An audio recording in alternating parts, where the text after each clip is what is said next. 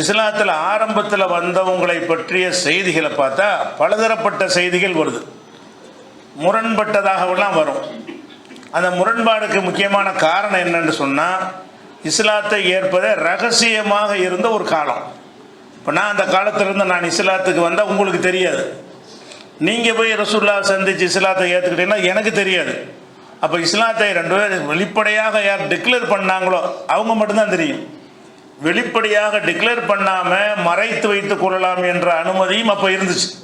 இஸ்லாத்தில் வந்த பிறகும் கூட வெளிப்படையாக சொல்ல மாட்டாங்க, ரசூலுல்லாவை அந்த அறிவுரை சொல்லி அனுப்புவாங்க. அதனால தான் யார் ரசூலுல்லாவோட இருக்கிறதுங்கிற கணக்கிடும் பொழுது ஒவ்வொருத்தரும் ஒவ்வொரு விதமான கருத்துக்களை சொல்கிறாங்க. ஆனால் ஆரம்பத்தில் ஒரு 10 பேருக்குள்ளே அபூபக்கர்லாம் வந்துடுவார். அப்படி ஒன்று இருக்குது. இப்போ சாத் இப்னு அபி வக்காஸ் அவர் ஒரு செய்தியை சொல்கிறார். இவரும் அந்த 10 சஹாபாக்களில் ஒரு ஆள். சாத் இப்னு அபி வக்காஸ் என்பவர், அவருடைய வரலாறு பின்னாடி பார்ப்போம். சொர்க்கத்திற்கு நற்செய்தி சொல்லப்பட்ட 10 சஹாபியில் ஒருவராகிய சாத் இப்னு அபி வக்காஸ் அவர்கள் அவங்க சொல்கிறாங்க, அதாவது நான் என்னைக்கு இஸ்லாத்தை தழுவுனேனோ அதுக்கு பிறகு தான் மற்ற எல்லாரும் வந்தாங்க அப்படின்னு அவர் சொல்கிறார். உலக்கது மக்கஸ்து சபாத்த ஐயாமின் ஓ இன்னில சாலிதுல் இஸ்லாம். 7 நாட்கள் ரசூலுல்லாஹ் நபின்னு அறிவித்து ஒரு 7 நாள் வரைக்கும் நான் தான் 3வது ஆளாக இருந்தேன். இஸ்லாத்தை ஏற்றுக்கொண்ட ரசூலுல்லாவோட இருந்த பலரில் 3வது ஆள் நான் தான். 3 நாள் வரைக்கும் நாங்கள் 3 பேர் தான். ரசூல் சொல்லலாம் 7 நாள் மக்கத்து சபாத் ஐயாமின் ரசூலுல்லாஹ் நபின்னு டிக்ளேர் பண்ணுறாங்க. 7 நாள் ஆகுது. அந்த 7 நாளைக்குள்ள 3 பேர் தான் வர்றாங்க, நான் தான் 3வது ஆள். அப்போ 3வது ஆளை நான் தான் அவர் சொல்கிறார். சாத் இப்னு அபி வக்காஸ் அவர் பெரிய தியாகி. அவர் இஸ்லாமிய வரலாற்றில் ரொம்ப அநீதி இழைக்கப்பட்ட ஒரு சஹாபி. சாத் இப்னு அபி வக்காஸ் அவர்களுக்கு இஸ்லாமிய ஆட்சியில் உள்ளவர்களாலே ரொம்ப அநியாயம் செய்யப்பட்ட ஒரு சஹாபி. அவருடைய வரலாறு என்ன, அது சோகமான வரலாறு தான். அது பிறகு நம்ம பார்க்கலாம். இப்போ நம்ம என்ன பார்க்குறோம்னு கேட்டால், நான் தான் 3வது ஆண்டு அவர் சொல்கிறார். இது புகாரியில் 3727வது ஹதீஸில் இருக்கிறது. அப்போ 3வதாக அவர் வந்திருக்கிறார் என்று சொல்லும் பொழுது, அந்த ஏற்கனவே இந்த அம்மார் சொன்னார்ல, அதில் இவர் வரமாட்டார். ஏன்னா அம்மார் சொன்னது அடிமைகளை தான் சொன்னார். 5 அடிமைன்றார். 5 இவர் அடிமை கிடையாது. இவர் குறைசி குலத்தில் உள்ள ஆள். இவர் சொல்ற நான் தான் 3வதுங்கிறார். அப்போ 5 அடிமை, 2 பெண்கள், அபூபக்கர் 1 அப்படின்னு சொல்லும் பொழுது, அப்போ அதில் இவர் இருக்க மாட்டார். சாத் இப்னு அபி வக்காஸ் அடங்க மாட்டார். ஆனால் சாத் இப்னு அபி வக்காஸ் என்ன சொல்கிறாரு, நான் தான் 3வது ஆள். 3வது ஆள் 7 நாள் இருந்தேன். 7 நாள் வரைக்கும் இன்னொரு ஆள் வரவே இல்லை. அதுக்கு பிறகுதான் ஒவ்வொருத்தராக வந்தாங்க. அப்போ இஸ்லாத்தை ஏற்றுக்கொண்ட 3வது நபர் நான் தான் அப்படின்னு சொல்லி சாத் இப்னு அபி வக்காஸ் சொன்ன செய்தி புகாரியில் 3727 இருக்கிறது. அதே மாதிரி தாரீக் திமிஷ்குங்கிற நூலில் இதே சாத் இப்னு அபி வக்காஸ் ஆதாரபூர்வமான அறிவிப்பாளர் வரிசையில் உள்ள செய்தி. சாத் இப்னு அபி வக்காஸ்ட்ட கேட்குறாங்க, கான அபூபக்கர் சித்திக் அவ்வளுக்கும் இஸ்லாமன். அபூபக்கர் தான் உங்களில் இஸ்லாத்துக்கு வந்தவரான்னு இவற்றை போய் கேட்குறாங்க. சாத் இப்னு அபி வக்காஸ்கிட்ட கேட்குறாங்க. அவருடைய மகன் கேட்குறாரு, முதல்ல இஸ்லாத்துக்கு அபூபக்கர் தானா அப்படின்னு கேட்குறாரு. அப்போ அவர் சாத் இப்னு அபி வக்காஸ் சொல்கிறாங்க, காலலா இல்லை, முதல்ல அபூபக்கர் வரல. உலாக்கின்னஹு அஸ்லம கபுலஹு அக்ஸர மின் ஹம்சத்தின். அவருக்கு முன்னாடி ஒரு 5க்கு மேற்பட்டவர் வந்துட்டாங்க. 6வது ஆளாக தான் அபூபக்கர் வந்தாரே தவிர அவருக்கு முன்னாடி 5 பேருக்கு மேலே வந்துட்டாங்க. முதல் ஆள் அபூபக்கர் கிடையாது அப்படின்னு இவர் சொல்றாரு. சாத் இப்னு அபி வக்காஸ் சொல்றாரு. சொல்லிட்டு என்ன செய்யறாருன்னா, வலாக்கின் கான ஹைரனா இஸ்லாமன். அவர் 6வதாக வந்திருந்தாலும் சரி, எங்களில் இஸ்லாத்துக்கு வந்தவர்கள் அவர் தான் சிறந்தவர். நாங்கள்லாம் இஸ்லாத்துக்கு ஒரு பெரிய விஷயமே கிடையாது, அவர் தான் சிறந்தவர் என்று அந்த சர்டிஃபிகேட்டையும் கொடுத்துட்டு, ஆனால் 5 பேருக்கு பிந்தி தான் வந்தாங்க. அபூபக்கருக்கு முன்னாடி 5 பேர் வந்துட்டாங்க. அதுக்கு பிறகுதான் வந்தாருன்னு 6வதாக சொல்ற. நான் 3வதுன்னு அவர் தன்னையை சொல்லிக்கிட்டாரு. அப்போ 4, 5 யாருங்கிறது ஒன்று கணக்கு இருக்குது. 6வதாக யார் வர்றாங்க, அபூபக்கர் சித்திக் சொல்றாரு அவர். அப்போ அவருக்கு முன்னாடி 5 பேர் வந்துட்டாங்கன்னா இவர் 6 தானே. இந்த அபூபக்கருக்கு முன்னாடி 5 பேர் இஸ்லாத்துக்கு வந்து விட்டார்கள் என்று அவர் சொல்வாரேயானா, அப்போ அபூபக்கர் இஸ்லாத்துக்கு 6வதாக இதிலிருந்து நம்ம கருதி கொள்கிறோம். அதுபோக இன்னும் சில ஹதீஸுகளில் பார்த்தீங்கன்னா, ரசூலுல்லாஹ் முதல்ல வஹி வரும்ல, வகி வந்த உடனே ஹிரா கோயிலேருந்து வருவாங்க, வந்து மனைவிட்ட சொல்லுவாங்க. மனைவி என்ன செய்வாங்க, ஆறுதல் படுத்தி அவங்கள வரக்காங்கிறவர்கிட்ட அழைச்சிக்கிட்டு போவாங்க. வரக்காட்ட அழைச்சிக்கிட்டு போன பிறகு இந்த விஷயத்தையெல்லாம் ரசூலுல்லாஹ் எடுத்து சொல்லுவாங்க. அப்போ வரக்கா என்ன சொல்வார், நீங்கள் பயப்பட வேணாம், ஒன்றும் குழப்பம் கிடையாது. மூசா நபிகிட்ட வந்த நாமூஸ்னு அவங்க சொல்லுவாங்க, ஜிப்ரீல நாமூஸ் தான் இங்கே வந்திருக்கிறாரு. மூசா நபிக்கு வேதம் கொண்டு வந்த நாமூசு தான் முகமது இடத்தை வந்திருக்கிறார், உன்னிடத்திலே வந்திருக்கிறார். நீ பயப்படவே செய்யாத. நீ இந்த கொள்கையை சொல்லும் பொழுது உனக்கு கடுமையான, புகாரில் 3வது ஹதீஸ் இது, உனக்கு கடுமையான எதிர்ப்பு சமுதாயத்தில் கிளம்பும். அப்படி கிளம்பும் பொழுது நான் உனக்கு பக்கபலமாக இருப்பேன். யார் வரக்காங்கிறவர் கிறிஸ்தவராக, அதாவது அரபியாக இருந்து கிறிஸ்துவரை மாறினவர், குறைசி குலத்தில் உள்ளவர், ஹதிஜா நாயகி சொந்தக்காரராக இருந்தார். ஆனால் அன்றைக்கு இருந்த கிறிஸ்தவ வேதங்களை படித்து கிறிஸ்தவ மதத்தில் சேர்ந்துட்டார். அதனால அந்த வேதங்களுடைய விஷயங்கள் அவருக்கு தெரியும். அதை வச்சு சொல்றாரு, இது மூசா நபிக்கு வந்த தூதர் வந்த மாதிரி தான் உனக்கு தெரிகிறது, நீ சொல்லக்கூடிய அதே கொள்கையைத்தான் அவங்களும் சொன்னாங்க. நீ இதை சொல்லும் பொழுது சாதாரணமாக இருக்காது, விளைவு கடுமையாக இருக்கும். அப்படி கடுமையாக இருக்கும் பொழுது எனக்கு மட்டும் அந்த நேரத்தில் சக்தி இருந்தால் உனக்கு எந்த இடையூறு வராமல் நான் நிற்பேன் அப்படின்னு சொன்னார். ஆனால் உடனே இறந்துட்டார், கொஞ்ச நாள் இறந்துட்டார். அந்த எதிர்ப்புகள் வரக்கூடிய காலத்தில் இருக்கலை, இருந்தால் அவர் இணைஞ்சிருப்பார், அவன் சப்போர்ட் பண்ணியிருப்பார்னு வருது. அப்போ இதுலேருந்து பார்த்தா இவர் தான் ஃபஸ்ட்டு முஸ்லீம். மொத்த வரலாறு எடுத்து பார்த்தீங்கன்னா வகி வருது, முதல்ல இவரை தான் வந்து பார்க்குறாங்க, இவர் தான் தூதருங்கிறத கன்ஃபார்ம் பண்ணுறாரு. வேறு போதனைகள் கேட்டு நடக்க ஒன்றுமே நம்பிட்டார்ல, நம்பினது மட்டும் இல்லாமல் உனக்கு எதிர்ப்பு வரும்போது நான் நிற்பேன், கூட நிற்பேன்னு சொன்னால் முஸ்லீம் உண்மையில் சொல்வதாக இருந்தால் வரக்கா பின் நௌஃபல் தான் முதலாவது முஸ்லீம். அவர் சொல்வதை அதுக்கு பிறகு ஹதீஜா நாயகி தெரியுது, குழப்பத்திலான ரசூலுல்லாஹ் குழப்பத்திலான இருந்தாங்க. அப்போ ஹதீஜா நாயகி குழப்பமாக தான் கூட்டிகிட்டு போகிறாங்க. அப்போ வரக்கா உறுதி செஞ்ச பிறகு தான் தன்னுடைய கணவர் அல்லாஹ்வுடைய தூதர் என்று 2வது அவங்களுக்கு தெரிகிறது. அப்போ முதல் இஸ்லாம் என்று சொல்வதாக இருந்தால் யாரை சொல்லணும், வரக்காவை தான் சொல்லணும். 2வது சொல்வதாக இருந்தால் ஹதீஜா நாய் அவங்கள தான் சொல்கிறேன், அவங்க தான் வீட்டில் இருந்தாங்க, அவங்க இறை தூதர் என்கிற வகையில் தான் அதற்கு பிறகு அவங்களோட நடந்து கொண்டார்கள். அப்போ 2வது இந்த 2 லிஸ்ட்டையும் யார் அடைய முடியாது, இதில் கருத்து வேறுபாடு கொள்ள முடியாது. இவங்க தான் ஃபஸ்ட்டு, இவங்க தான் செகண்ட். அடுத்து என்ன செய்வாங்கன்னா அலி ரலியல்லாஹு தான் 3வது இஸ்லாத்துக்கு வந்தவர்னு என்ன செய்வாங்க, பரவலாக பயான்ல எல்லாம் நீங்கள் கேள்விப்பட்டிருப்பீங்க. அப்படி சொல்லக்கூடாது, இஸ்லாமிய அடிப்படையில் சொல்லக்கூடாது. ஏன்னு கேட்டால் ரசூலுல்லாஹ் 40வது வயசாக இருக்கும் பொழுது நபின்னு சொல்லும் பொழுது அலியுடைய வயசு 10 வயசு பிள்ளைக்கு இஸ்லாத்தை ஏற்கிறதுலாம் இருக்கா? எல்லாரும் முஸ்லீம் தான். அப்படி பார்த்தா அதை ஏற்கனவே உங்களுக்கு சொல்லியிருக்கிறோம். அதாவது பருவ வயசு அடைகிறதுக்கு முன்னாடி உள்ள அனைவரும் முஸ்லீம், அலி மாத்திர முஸ்லீம் அல்ல. அன்றைக்கு மக்காவில் அத்தனை 10 வயசு பிள்ளைகள் முஸ்லீம் தான்.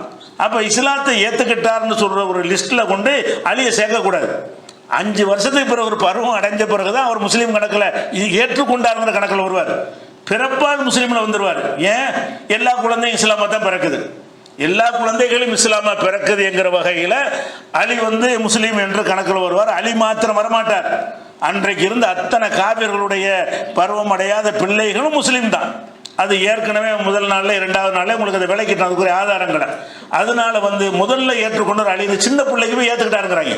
அந்த ஷியாக்கள் அந்த கருத்தை திணிக்கிறதுக்காக முதல்ங்கிற அவருக்கு தான் வரணுமா.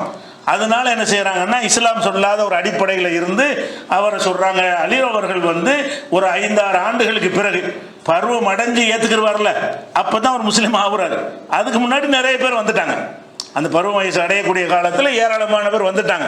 அப்போ ஆரம்பத்தில் இஸ்லாத்துக்கு வந்த லிஸ்ட்டில் வரக்காங்கிறது கன்ஃபார்மாக இருக்கிறது, 2வது ஹதீஜாங்கிறது கன்ஃபார்மாக இருக்கிறது, 3வதாக இவர் அலியை சொல்லுவாங்க.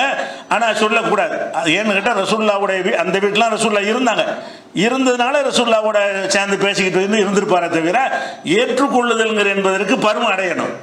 பருவம் அடைஞ்சு விவரம் தெரிஞ்சு என்ன செய்யணும், அல்லாஹ் யார் ரசூலுல்லாஹ் யாருன்னு புரிந்து கொள்கிற வயசு வந்த பிறகுதான் இஸ்லாத்தை ஏற்றுக்கொள்ளுதல் என்று வரும். அப்போ இந்த 2 பேரை கழிச்சிருங்க, ஃபர்ஸ்ட் செகண்ட் அவங்க தான். அப்போ இந்த சாத் இப்னு அபீ வக்காஸ் சொல்கிறார், நான் தான் 3வதுங்கிறார்ல, அவரே சொல்லிடுறாரு 3வது அவர் தான், ஃபர்ஸ்ட் அவர் தான். அப்படி பார்த்தா வரக்காவையும் ஹதீஜாவையும் கழிச்சிட்டு பார்த்தீங்கன்னா இந்த சாத் இப்னு அபீ வக்காஸ் தான் முதலாவது ஆள் இஸ்லாத்துக்கு வெளியிலேருந்து வந்தார். இப்போ மனைவி பொம்பளையில சேர்க்க மாட்டாங்க கணக்கில். அந்த மாதிரியான வகையில் பார்த்தா அவரும் இஸ்லாத்தை ஏற்றவர். மூணாவதுங்கிறது சரியா இருக்குது. அஞ்சாவது அபூபக்கர்ங்கிறாரு, அது கரெக்டாக இருக்கலாம். இவர் மூணாவது ஆளே சொல்றாருல, மூணாவது வந்தவர் என்ன செய்யறாரு, ஆறாவது தான் அபூபக்கர் அப்படின்னு சொல்றாரு. அப்ப ஆனாலும் அந்த முதல் ஆளுன்னு சொல்ற அளவுக்கு அபூபக்கர் நம்ம சொல்ல முடியாது, பிந்தி தான் ஏற்றுக்கிட்டாங்க. அது ஒரு செய்தி வழங்கிக்கிறணும். அடுத்ததாக வந்து இன்னொரு செய்தி என்னன்னா, ஆரம்ப காலத்தில் வந்ததில் பிலாலு, இந்த அடிமைகள் இருந்தாங்கல்ல, 5 அடிமைகள் வந்து பார்த்துங்களா, அவங்களாம் ஆரம்ப காலத்தில் வந்துட்டாங்க. வந்து அடி வாங்கி உத வாங்கி கடுமையான துன்பங்களுக்கு உள்ளானாங்க என்ற ஒரு செய்தி முன்னாடியும் பார்த்துட்டோம். அடுத்ததாக வந்து அம்மாறு செய்தி அறிவிக்கிறார்ல, அவர் ஆரம்பத்தில் அவர் தானே சொல்றாரு, ரசூலுல்லாவோட வந்து 5 அடிமைகளையும் 2 பெண்களையும் அபூபக்கரையும் முஸ்லீமா இருக்கும்போது நான் பார்த்துருக்கிறேன்னு அவர் சொல்றாரு. அப்ப அவர் பார்த்திருந்தா அவர் தானே முஸ்லீமா இருக்கணும், அவங்க தாய் தகப்பனார் முஸ்லீமா இருந்தா. ஆனாலும் இவருக்கு அப்போ 15 வயசு தான். இதை அறிவிக்கக்கூடிய நேரத்தில் அம்மாருடைய வயசு யாசிர் சுமையா, அவங்க அப்பா அம்மா வந்து இஸ்லாத்தை ஏற்று கஷ்டப்பட்டாங்க. இவர் வந்து சிறு வயசு பையனா இருந்தார். அதனால அவரை கணக்கில் பருவம் அடைஞ்சிட்டாருன்னா கணக்கில் சேர்த்துக்கலாம். பருவம் அடையலைன்னு சொன்னால் அந்த பிறவி முஸ்லீமில் வந்துடுவார். அப்போ இஸ்லாத்தை ஆரம்பத்தில் ஏற்றவர் யார் என்ற வகையில் பலவிதமான அறிவிப்புகள் வருவதற்கு காரணம் என்னன்னு கேட்டால், இந்த ரகசியமாக இருந்தது, ஒருத்தர் ஏற்றது ஒருத்தருக்கு தெரியாமல் இருந்தது தான் காரணம். இன்னொரு ஹதீஸ் என்ன வருதுன்னு கேட்டால், இது வந்து முக்கியமான ஒரு அம்ர் இப்னு அபஸா ஒரு சஹாபி அறிவிக்கிறார். இது முஸ்லீம்ங்கிற ஒரு நூலில் இருக்கிறது. அவர் சொல்றாரு, அறியாமை காலத்தில் நாங்கள் இருக்கும் பொழுது, வெளியூர் மக்கா இல்லை இவருக்கு, இவர் வந்து வெளியூர்காரர். அந்த வெளியூரில் இருந்து கேள்விப்படுறாரு, முகமதுன்னு ஒருத்தர் வந்து தன்னை இறை தூதர்னு சொல்கிறாரு, அவருக்கு கடுமையான எதிர்ப்பு இருக்கிறது. அந்த மாதிரி இந்த செய்திகள் வந்து வெளியூரில் இருக்கிற அந்த அம்ர் இப்னு அபஸாங்கிறவருக்கு கிடைக்குது. கிடைச்சவன என்ன செய்கிறாருன்னு கேட்டால், அவரும் பார்க்குறாரு, ஆமாம் இவங்க போகிற போக்கெல்லாம் சரியில்லாமல் தானே இருக்குது. அவர் சொல்கிறது கல் மண்லாம் கடவுளுங்கிறாங்க, எந்த ஒரு செயலுமே இவங்கள சுத்தமாக இல்லை. அதனால் இந்த சமுதாயத்துடைய நடவடிக்கை தப்பு தான். அந்த ஒரு ஆள் யாரை வந்திருக்காருங்கிறாங்களே, அவர் சொல்கிறது தான் கரெக்டாக இருக்கும் அப்படின்னு மனசில் பட்டு அவர் என்ன செய்கிறாருன்னு கேட்டால், ரசூலுல்லாஹ் பார்க்கறதுக்கு வர்றார். எங்கேருந்து, அவங்க ஊர்லேருந்து வெளியூர்லேருந்து வர்றாரு. வந்து என்ன செய்கிறாருன்னு கேட்டால், ரசூல் ஸல்லல்லாஹு அலைஹி வஸல்லம் வந்து மறைவாக அப்போது இருந்து கொண்டிருந்த நேரம். லாயிலாம் சொன்ன ஆரம்பிச்சு. எப்போ மறைவு, சொந்தக்காரங்களுக்கு சொன்ன அடிச்சு விட்டாங்கல்ல, சொந்தக்காரங்களுக்கு சொல்லும் போதே மண்ணை வாரி வீசினாங்கல்ல, அப்போவே மறைஞ்சு வாழ வேண்டிய நிலைமையை நெருக்கடி ஏற்படுத்திட்டாங்க. அப்போ வந்து இவர் என்ன செய்கிறாருன்னா மக்காவுக்கு வர்றாரு. வந்து ரகசியமாக இருந்து ஒருத்தருக்கு தெரியாமல் ஒருத்தர் விசாரித்து எங்கே போனால் இவரை பார்க்கணும், எங்கே இருக்கிறாங்கன்னு கூட கண்டுபிடிக்க முடியாது. ஏன்னா வீடு புகுந்து கொண்டு விடுவாங்க. வீட்டுக்குள்ளே இருந்துக்கிட்டு மறைவாக இருக்கிறது இல்லை, எங்கே இருக்கிறாருன்னு தெரியாத அளவுக்கு ரசூலுல்லாஹ் மறைவாக இருந்தாங்க. அவ்வளவு கஷ்டமான ஒரு காலம். அப்போ இவரை தேடி பிடிச்சி என்ன செய்கிறாருன்னு கேட்டால், ரசூலுல்லாஹ்ட்ட வந்து சந்திச்சிடுறாரு. பலரை விசாரித்து ஒருத்தருக்கு பார்த்து சந்தித்து பார்த்துடுறாரு. வந்துட்டு கேட்குறாரு, என்ன விஷயம், நீங்கள் என்ன சொல்கிறீங்க, நீங்கள் என்ன புது கொள்கையை சொல்லிடலாம்ல, இந்த மாதிரி உரையாடல் நடக்கிறது. அப்போ ரசூலுல்லாஹ் சொல்கிறாங்க, ஆனால் நபியும், நான் வந்து நபி, நான் இறை தூதராக வந்திருக்கேங்கிறாங்க. நபின்டா என்னன்னு கேட்குறாரு. ரசூலுல்லாஹ் அதை வந்து அல்லாஹ் என்னைய அனுப்பியிருக்கிறான், அந்த விவரங்களை சொல்கிறாங்க. என்ன கொள்கையில் சொல்லி உங்களை அல்லாஹ் அனுப்பியிருக்கிறான்னு அவர் கேட்குறாரு. அப்போ ரசூலுல்லாஹ் சொல்கிறாங்க, அரசலனை பிஸ்லத்தில் அரஹாம், உறவினர்களை இணைத்து வாழ வேண்டும் என்றும், கஸ்ரில் அவுசான், சிலைகளை எல்லாம் உடைத்து எரிய வேண்டும் என்றும், வஹத் அல்லாஹுல்லா யுஸ்ரக பிஹி செய்யா, இணை வைக்காமல் அல்லாஹ் மட்டும் வணங்கணும் என்றும் எனக்கு வகி வருது. முதல் ஆரம்பத்தில் உள்ளதுதான். ஆரம்பத்தில் சொந்தக்காரங்களோட அனுசரித்து வாழுங்க, சிலைகள்லாம் உடைச்சி போடுங்க, அல்லாஹ் மட்டும் வணங்குங்க, இதான்ப்பா எனக்கு வரக்கூடிய கொள்கை. இவர் அந்த திங்கிங்கில் இருந்தார். வரும்போது என்ன செய்கிறாரு, கல் மண்ணெலாம் வணங்குறாங்க, பிடிக்காமல் இருந்துச்சா. அப்போ ரசூலுல்லாஹ் வந்து இதை சொல்வதற்கு தான் என்னைய தூதரை அனுப்புனார்னு சொன்ன உடனே அவர் என்ன செய்கிறாருன்னு கேட்டால், நீங்கள் இந்த கொள்கையை சொல்கிறீங்களே, உங்களோட இப்போ எத்தனை பேர் இருக்கிறாங்க, ஏன்னா மறைஞ்சு தானே வாழ்கிறாங்க, அப்போ உங்களோட இருக்கிறது எத்தனை பேர், உங்களுக்கு சேர்ந்து உங்களோட இப்போ இருக்கிறவங்கன்னு அர்த்தம் இல்லை. அவங்க ரசூலுல்லாஹ் தனியாக தான் போய் சந்திக்கிறாரு. உங்கள் கொள்கையில் உங்களை ஏற்றுக்கொண்டு உங்கள் கொள்கையில் வந்தவங்க எத்தனை பேர் இருக்கிறாங்க அப்படின்னு கேட்குறாரு. மாக்க அழகாதான், இந்த கொள்கையை ஏற்றுக்கொண்டு உங்களோட எத்தனை பேர் இருக்கிறாங்க அப்படின்னு ரசூலுல்லாஹ் சொல்கிறாங்க, ஹுர்ருன் வஅப்துன், ஒரு ஹுர்ருன்னா சுதந்திரமானவர், ஒரு அடிமை, ஒரு அடிமையும் ஒரு அடிமையில் 2 பேர் தான் என்னோட இருக்கிறாங்க. மனைவியை சேர்க்கலை, வரக்காவை சேர்க்கலை, வரக்காவை போயிட்டார். அப்போ யார் இருக்காங்கட்டா ஹுர்ருன் வஅப்துன், ஒரு அடிமை இருக்கிறாரு, ஒரு அடிமை இல்லாத சுதந்திரமான ஒரு 2 பேர் தான் இருக்கிறாங்க. அது யார் 2 பேர்னு கேட்டால் அபூபக்கர் பிலால். அபூபக்கர் பிலால் சொல்லி அறிவிப்பாளர் விளக்கம் கொடுக்குறார் இந்த ஹதீஸில். இன்னொரு ஹதீஸில் வந்து ஹாக்கிமில் வந்து ரசூலுல்லாஹ் சொன்னதாக வருது, அபூபக்கர் பிலால் என்ற 2 பேர் தான் என்னோட இருக்கிறாங்க. அப்போ இந்த அம்ர் இப்னு அபஸா வந்து இஸ்லாத்தை தழுவும் போது இஸ்லாத்தை ஏற்றுக்கிட்டு ரசூலுல்லாவோட இருக்கிற எத்தனை பேர்னு கேட்டால் ரசூலுல்லாவே சொல்கிறாங்க மொத்தமாக 2 பேர் தாங்கிறாங்க. மனைவியை சொல்லலை, மனைவியை சில பொதுவான வாழ்க்கையில் சொல்லாமல் விட்டுருப்பாங்க. மனைவியை கழிச்சிட்டு பார்த்தோம்னு சொன்னால் பிலால் வந்துட்டாரு, அபூபக்கர் வந்துட்டார், இந்த 2 பேர் தான் என் கூட இருக்கிறாங்கப்பா அப்படின்னு அம்ர் இப்னு அபஸாட்ட சொல்கிறாங்க. அப்போ அவர் என்ன செய்கிறாருன்னு கேட்டால், அப்போ நான் வந்து உங்களோட சேர்ந்துக்கிட்டுமா அப்படின்னு கேட்குறாரு. நீ வந்து இன்றைய சூழ்நிலையில் அதை நீ தாங்க மாட்டாய், இப்போதைக்கு என்ன செய்ய மாட்டாய், நீ இதை தாங்க மாட்டாய். நீ என்ன செய்யணும்னு கேட்டால் மனசில் இந்த கொள்கையை வச்சுக்கிட்டு நீ ஊருக்கு டிக்ளேர் பண்ணிவிடாத, ஏதாவது செஞ்சுருவாங்க உன்னைய, நீ உன் மனசுக்குள்ளே வச்சுக்கிட்டு நீ ஊரை விட்டு ஊரை பார்த்து போ. எப்போ வந்து என்னுடைய கை ஓங்கிருச்சுன்னு கேள்விப்படுறியோ அப்போ நீ வா, என்னுடைய கை ஓங்கும், என்னை நோக்கி மக்கள் வருவாங்க, அப்போ நீ என்னை வந்து சந்தி, நீ டிக்ளேர் பண்ணிக்க, மனசுக்குள்ள முஸ்லீமாக இருந்துக்கன்னு அவர் அனுப்பி விட்டுறாங்க. அவர் போயிடுறாரு. அப்புறம் போன பிறகு சொந்த ஊருக்கு போகிறப்போ ஒரு விஷயத்த ஆய்வு பண்ணிக்கிட்டே இருக்கிறாரு. என்னாச்சு மக்கா நிலைமை, அடித்து உதைக்கிறாங்க, ஊரை விட்டு போயிட்டாங்க, ஹிஜ்ரத் பண்ணி பல செய்திகள் வந்துக்கிட்டே இருக்கு. கடைசியாக மதீனாவுக்கு போனது அவங்க கை ஓங்கினது தெரிஞ்ச பிறகு மதீனாவில் வந்து யாவப்படுத்தி சந்திக்கிறாரு. நான் தான் மூணாவது ஆள் அவங்கள்ட்ட சந்திச்சேனே, அது நான் தான் அப்படின்னு போய் ரசூலுல்லாஹ் சந்தித்து அறிமுகப்படுத்திக்கிட்டார். இதில் இவர் விஷயம் நமக்கு தேவையில்லை. இவர் என்ன சொல்றாருன்னு கேட்டால் ரசூலுல்லாஹ்வோட இருந்து 2 பேர் தான் ரசூலுல்லாஹ் சொல்லியிருக்கிறாங்க. இவர் மூணாவது ஆள், இவர் வந்துடுறாரு. அப்போ இவர் கணக்குப்படி பார்த்தீங்கன்னா இவர் தான் மூணாவது ஆள். ஆனால் இவர் ரகசியமாக வச்சிருந்தவர், ரகசியமாக வச்சது கணக்கில் யாருக்கும் சாத் இப்னு அபீ வக்காஸுக்கும் தெரியாது, உலகத்தில் யாருக்கும் தெரியாது. அப்போ மூணாவது வந்தவர்னு சொன்னால் இவர் தான். ஏன்னா அவர் ரசூலுல்லாஹ் கேட்கும்போது 2 பேர் தான் இருக்குங்கிறாங்க. உங்களோட எத்தனை பேர் இருக்காங்கன்னு கேட்டால் ஒரு அபூபக்கரும் பிலால் தான் இருக்கிறாங்க, வேறு யாருமே என்னோட இல்லை அப்படின்னா ஒருவரும் ஏற்றுக்கொள்ளணும்னு அர்த்தம். அப்போ அந்த மாதிரி பார்த்தீங்கன்னா 2ஆவதாகவே அபூபக்கர் வர்றாருன்னு வருது. சில அவர் சாத் இப்னு அபீ வக்காஸ் கணக்குப்படி 6ஆவதுன்னு வருது. இவருடைய அறிவிப்பின் பிரகாரம் 2ஆவதுன்னு வருது.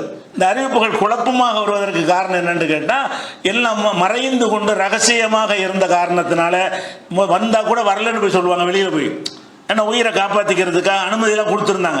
அதனால இந்த மாதிரி மாறுபட்ட செய்திகள்லாம் வருகிறது. எப்படி நீங்கள் கழிச்சு பார்த்தாலும் முதல் 10க்குள்ளே அவர் வந்துடுவார். அபூபக்கர் சித்திக்கு வரலான்னு நம்ம படிக்கிறோம். அதுக்காக அவரை பொறுத்தவரைக்கும் எந்த விதமான அறிவிப்பு எப்படி பார்த்தாலும் சரி, ஆரம்பத்தில் 10, 8க்குள்ளே அவர் கண்டு 8ஆவதாக இருப்பார், இல்லைன்னா 3ஆவதாக இருப்பார், இல்லாட்டா 5ஆவதாக இருப்பார். அந்த மாதிரி 8 பேருக்குள்ளே இஸ்லாத்துக்கு வந்ததில் அவர் அடங்கிடுறாரு என்பதை இந்த இதில் தெரிஞ்சுக்கிறோம். இந்த அபூபக்கரை பொறுத்த வரைக்கும் குறைஷி குலத்தில் வந்து என்ன செய்வாங்கன்னா, ஊருக்கு வந்து ஒரு பொதுவான தலைமை கிடையாது குறைஷிகளுக்கு. அவங்க கவர்மெண்ட் நடத்துவாங்கள்ல ஒரு அரசாங்கம், அப்படி ஒரு அரசு அமைக்காத ஒரு சமுதாயம் அது. உலகத்தில் உள்ள எல்லா சமுதாயமும் என்ன செய்வாங்கன்னு கேட்டால் ஒரு ராஜா இருப்பார், அந்த ராஜாவுக்கு எல்லா அதிகாரமும் இருக்கும், எல்லா விதமான விஷயங்களையும் அவர் பார்த்துக்கொள்வார். அப்படித்தான் உலகம் பூரா இருந்துச்சு. இந்த மக்காவில் உள்ளவர் மட்டும் என்ன செஞ்சாங்கன்னா ஒரு தனி நடைமுறை வச்சுருந்தாங்க. என்னன்னு கேட்டால் அவங்க எல்லாருக்கும் சேர்த்து ஒரு ராஜா கிடையாது. அந்த மக்காவில் உள்ள மக்களுக்கு ராஜாண்டு தலைவர் ஒன்று இருக்கும்ல, தேர்ந்தெடுக்கப்பட்டவரோ அல்லது மன்னரோ ஏதோ ஒரு முறையில் உலகம் பூரா ஆட்சி செய்யவங்க இருப்பாங்க. ஒரு சின்ன மாவட்டமாக இருந்தால் கூட ஒரு சிற்றரசராக இருப்பாங்க, பேரரசராக இருப்பாங்க, பரம்பரைய அரசராக வருவாங்க. இப்படி வர அரச குடும்பம் என்ற முறையில் அரசாட்சி மக்காவில் இருந்துச்சான்னா எந்த ஒரு அரசாட்சியும் இருக்கலை. அவங்க என்ன செஞ்சாங்கன்னு கேட்டால் பல கோத்திரங்களாக இருந்தாங்கல்ல, அந்த கோத்திரங்களில் இலாக்காவை பிரிச்சுக்கிட்டாங்க. இன்னென்ன விஷயங்களில் இந்த இலாக்கா பார்த்துக்கிறோம், இந்த குடும்பத்தார், இந்த விஷயத்தை இந்த குடும்பத்தார், இப்படின்னு என்ன செய்வாங்கன்னு கேட்டால் இதான் அவங்க ஆட்சி முறையை. அவங்க ஆட்சி முறை எப்படி இருந்துச்சுன்னு சொன்னால், உதாரணமாக காபத்துல்லா ஃபஸ்ட்டு அவங்களுக்கு முன்னிலை, எல்லாத்துக்கும் மேலே உள்ளது காபத்துல்லாவுடைய நிர்வாகம் தான். காபத்துல்லாவை யார் நிர்வாகம் பண்ணுறது? இந்த குடும்பம். அவங்க என்ன செய்யணும்? காபாவை பராமரிக்கணும், வெளியிலேருந்து வந்தவங்களுக்கு வசதி செஞ்சு கொடுக்கணும், ஹஜ்ஜுக்கு வருவாங்கள்ல வசதி செஞ்சு கொடுக்கணும், உணவு பற்றாக்குறை ஏற்படாமல் அவங்களுக்கு பார்த்துக்கிறணும். இதில் எந்த குறை ஏற்பட்டாலும் இந்த கோத்திரம் தான் பொறுப்பு, எதுவாக இருந்தாலும் அவங்க தான் முடிவெடுப்பாங்க. அப்படி ஒரு சாரார். அதே மாதிரி இந்த கொடுக்கல் வாங்கல், அடிதடி கேஸு, நஷ்ட ஈடு, இழப்பீடு, அடிக்கடி கொலையெல்லாம் நடக்கும். கொலை செஞ்சுட்டா என்ன இழப்பீடு, இந்த மாதிரி விஷயத்தை முடிவு செய்யக்கூடியதெல்லாம் தைமியா கோத்திரத்துக்கு உள்ளது. அது அபூபக்கர் தான் அப்போ தலைவராக இருந்தார்.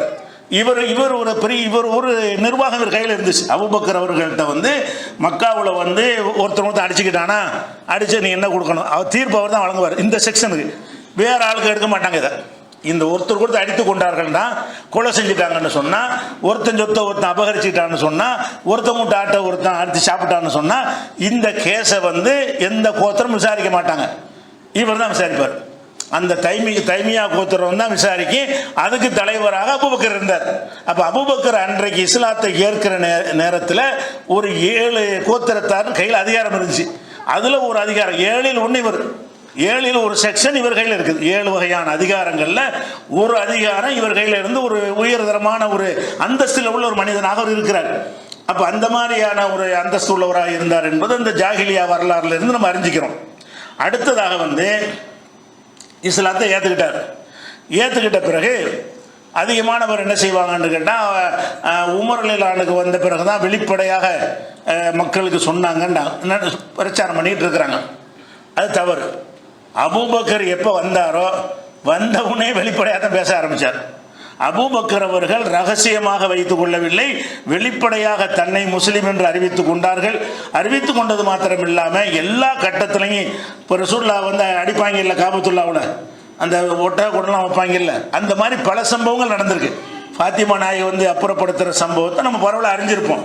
அது ஒன்று மட்டும் இல்லை, அடிக்கடி இந்த மாதிரி என்ன செய்வாங்க என்று கேட்டால், ரசூலுல்லாஹ் வந்து தொழுதுகிட்டு இருக்கும்போது அவங்கள கழுத்து நெரிக்கிறது, அவங்கள துன்பப்படுத்துறது செய்வாங்க. அந்த மாதிரி செய்யும் பொழுது, இது புகாரில் 3678வது ஹதீஸில் இருக்கிறது.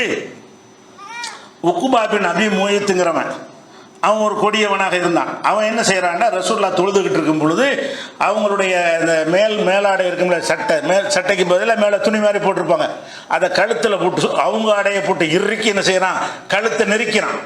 அப்போ அபூபக்கர் கேள்விப்பட்டு ஓடியாடுறாரு.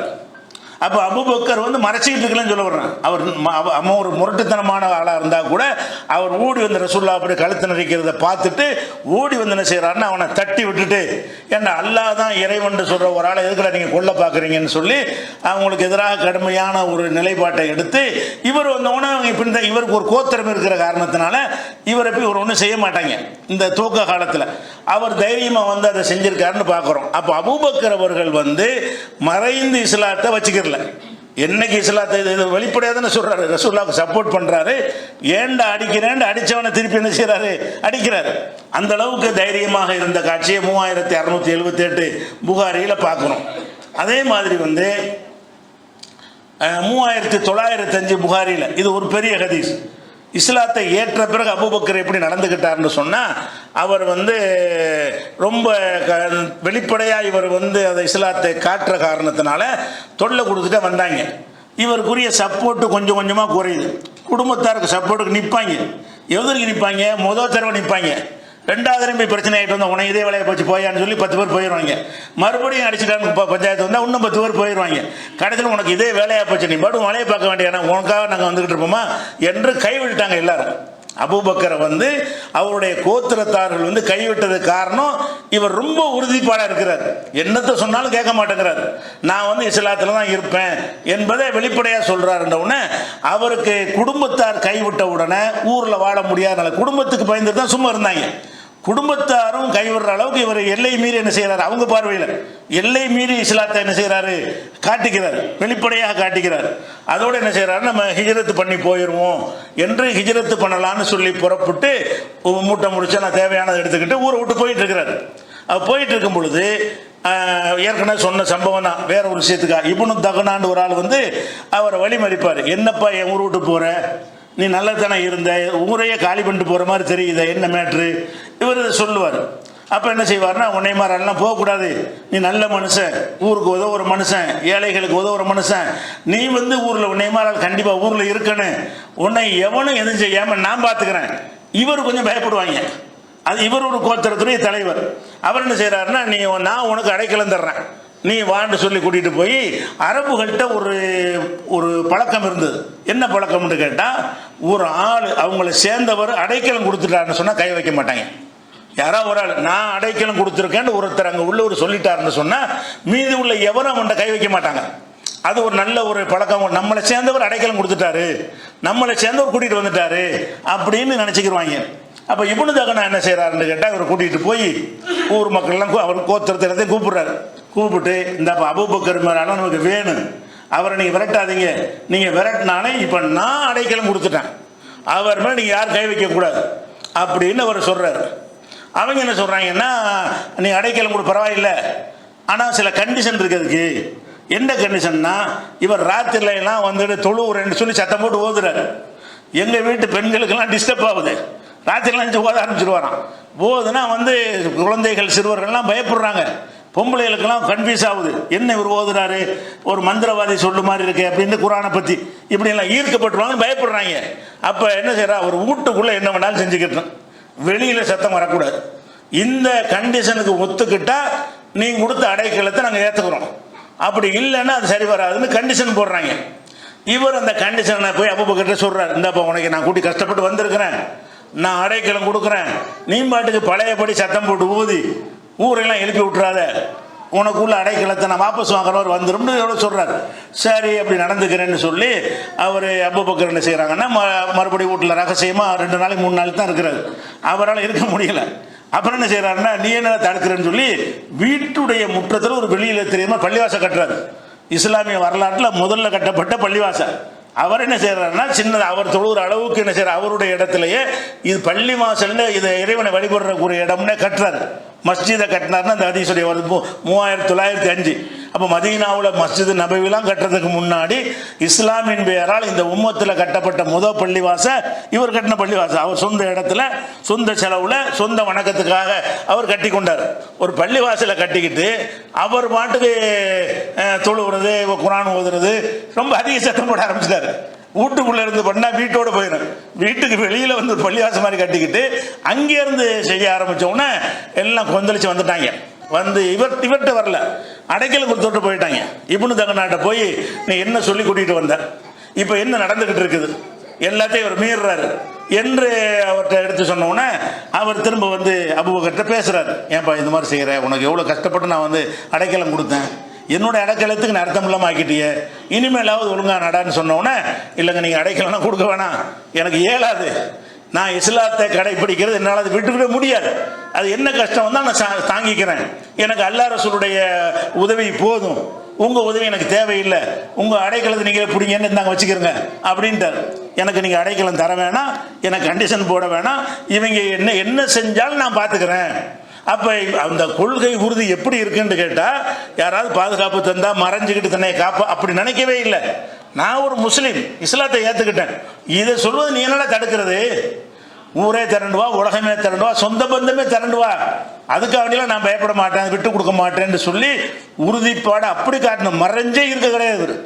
அப்போ ஆரம்பத்தில் ஒளிஞ்சு வாழ்ந்தாங்க அப்படிங்கிற கொஞ்சம் பேர் இருந்தாங்களே தவிர அபூபக்கர் இருக்கவே இல்லை. அவர் இஸ்லாத்தை ஏற்றதும், உமர் கூட இஸ்லாத்தை ஏற்று பயந்துக்கிட்டு ஒளிஞ்சுக்கிட்டு இருந்தார். அது உமருடைய வரலாறுல வரும், அப்புறம் சொல்லுவோம். இவர் தான் இஸ்லாத்தை ஏற்றன்னு செய்யல, ஒளிஞ்சிக்கிறாம பயங்கரமாக வெளிப்படையாக காட்டிக்கொண்டே இருந்தார். அது மாத்திரம் இல்லாமல் வந்து சம்பவத்தை பார்க்கணும். அதாவது ரசூல் ஸல்லல்லாஹு அலைஹி வஸல்லம் அவர்கள் ஆரம்பத்தில் இஸ்லாத்தை பிரச்சாரம் பண்ணும்போது ரகசியமாக பண்ணுறாங்கல்ல, அவங்க ரகசியமாக பண்ணுறாங்க, இவர் மாத்திரம் வெளிப்படையாக செஞ்சுட்டு இருக்கிறார். பிலால் வெளிப்படையாக செஞ்சு அடி வாங்கிட்டு இருக்கிறார். இப்படி சில பேர் வெளிப்படையாக இருக்கிறாங்க. அப்போ ரசூலுல்லாஹ்ட்ட வந்து ஒரு நாள் என்ன செய்கிறாருன்னா, நம்ம இப்படியே அடங்கி நீங்கள் இருக்கக்கூடாது, நீங்கள் ஓப்பனாக பிரச்சாரத்தை டிக்ளேர் பண்ணுங்கள். இப்போ அமல் தான் செஞ்சுக்கிட்டு இருக்கிறோம், பிரச்சாரம் பண்ணணும், ஓப்பனாக என்ன செய்யணும், நம்ம டிக்ளேர் பண்ணி பிரச்சாரத்தை வெளிப்படையாக செய்யணும்.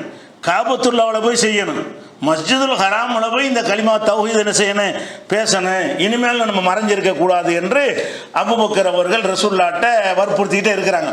அந்த வற்புறுத்திட்டு இருக்கக்கூடிய நேரத்தில் 39 பேர் தான் இப்போ இஸ்லாத்தில் இருக்கிறாங்க.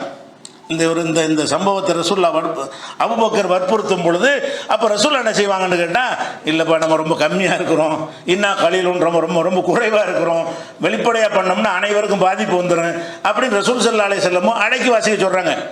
மாட்டேங்கிறார் இவர், நீங்கள் டிக்ளேர் பண்ணி தான் ஆகணும், வெளிப்படையாக என்ன செய்யணும், நாங்கள் பிரச்சாரம் பண்ணுவோம், இந்த ஆலயத்தில் எங்களுக்கு உரிமை இருக்கிறது, இதில் நாங்கள் வணங்குவோம், மக்களை ஒரு இறைவனை வணங்குறதுக்கு நாங்கள் அழைக்குவோம் என்று டிக்ளேர் பண்ணணும் என்று ரசூல் ஸல்லல்லாஹு அலைஹி வஸல்லம் திரும்ப திரும்ப திரும்ப வலியுறுத்தின பிறகு ரசூல் ஸல்லல்லாஹு அலைஹி வஸல்லம் சரிப்பான்னு ஒத்துக்கிறாங்க.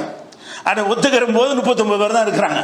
அப்போ என்ன செய்கிறாங்கன்னா, 39 வாங்க எல்லாரும் காபத்துல்லாவுக்கு போவோம், எல்லாரும் போய் என்ன செய்வோம்னு கேட்டால் நம்ம இஸ்லாத்தில் இருக்கிறோம், உன்னால் என்ன செய்ய முடியுமோ செய்யடான்னு நம்ம டிக்ளேர் பண்ணுவோம்னு சொல்லி எல்லாரையும் கூப்பிட்டு வந்துட்டார். ரசூல்லா வந்துட்டாங்க, எல்லாரும் வந்துட்டாங்க. வந்தாலும் ரசூல் ஸல்லல்லாஹு அலைஹி வஸல்லம் அவர்கள் பேசாமல் மௌனமாக வந்து உட்கார்ந்துட்டாங்க.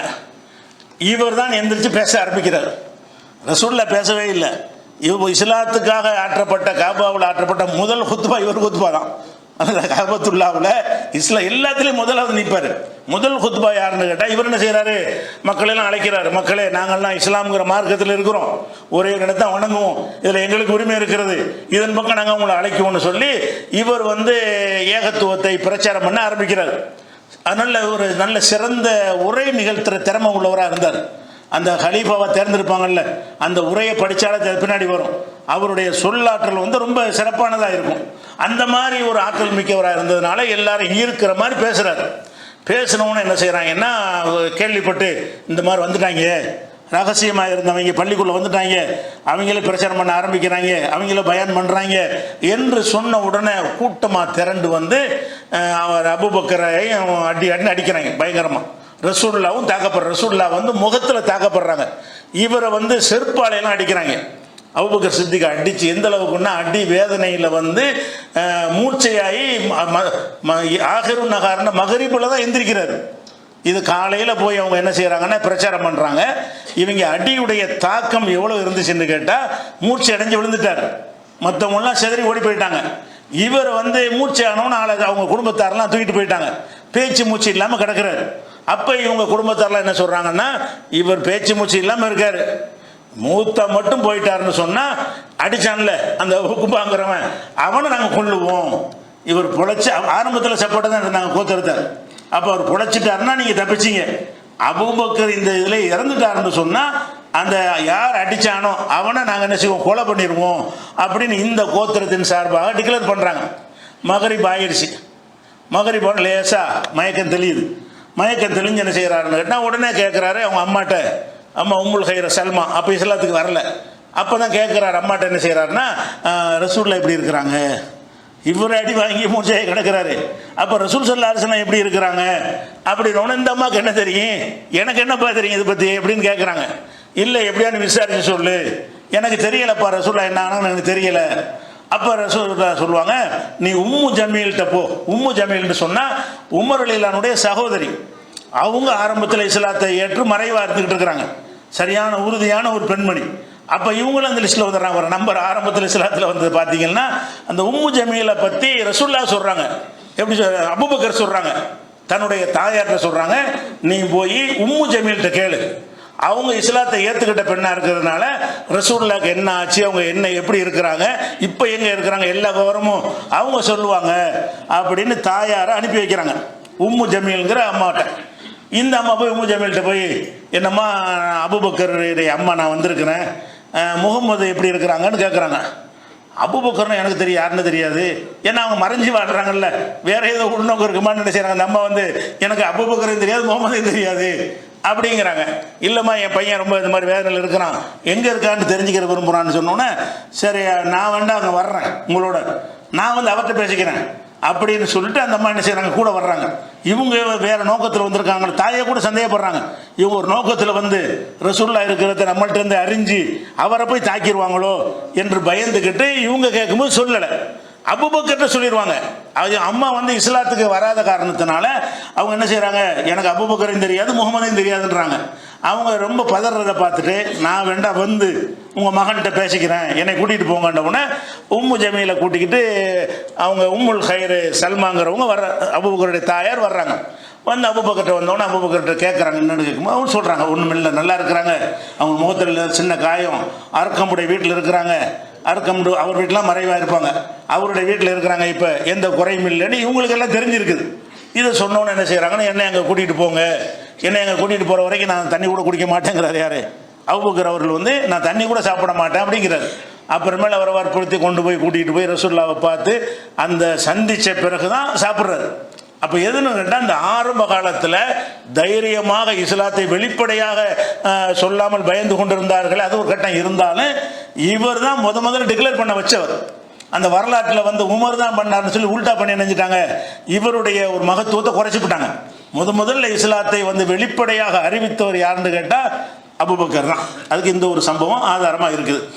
அதே மாதிரி அப்போ தான் இன்னும் அது மாத்திரம் இல்லாமல் இந்த அபூபக்கருடைய முயற்சியில் தான் பல பேர் இஸ்லாத்துக்கு வந்தாங்க. பெரிய தாயி அவர்.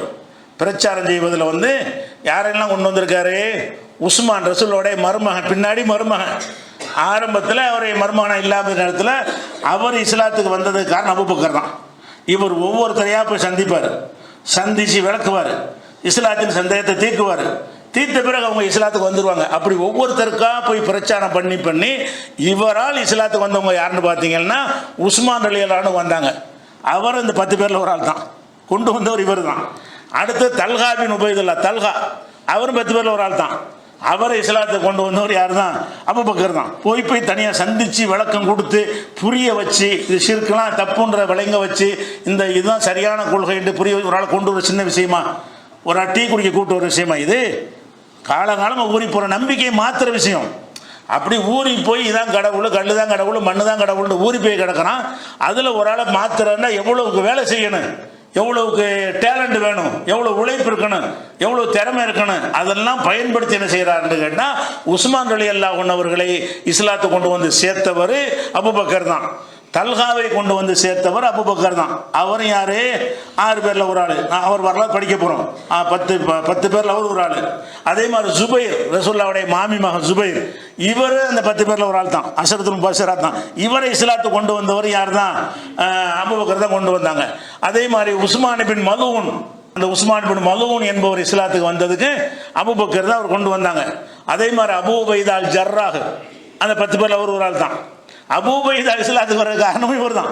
யாரெல்லாம் சொர்க்கவாசிகள்னு 10 பேர் நம்ம சொல்கிறோமோ அதில் வந்து உமரை கழிச்சிட்டு பார்த்தீங்கன்னு அலியை கழிச்சிட்டு பார்த்தா எல்லாம் இவரால் வந்தவங்க தான்.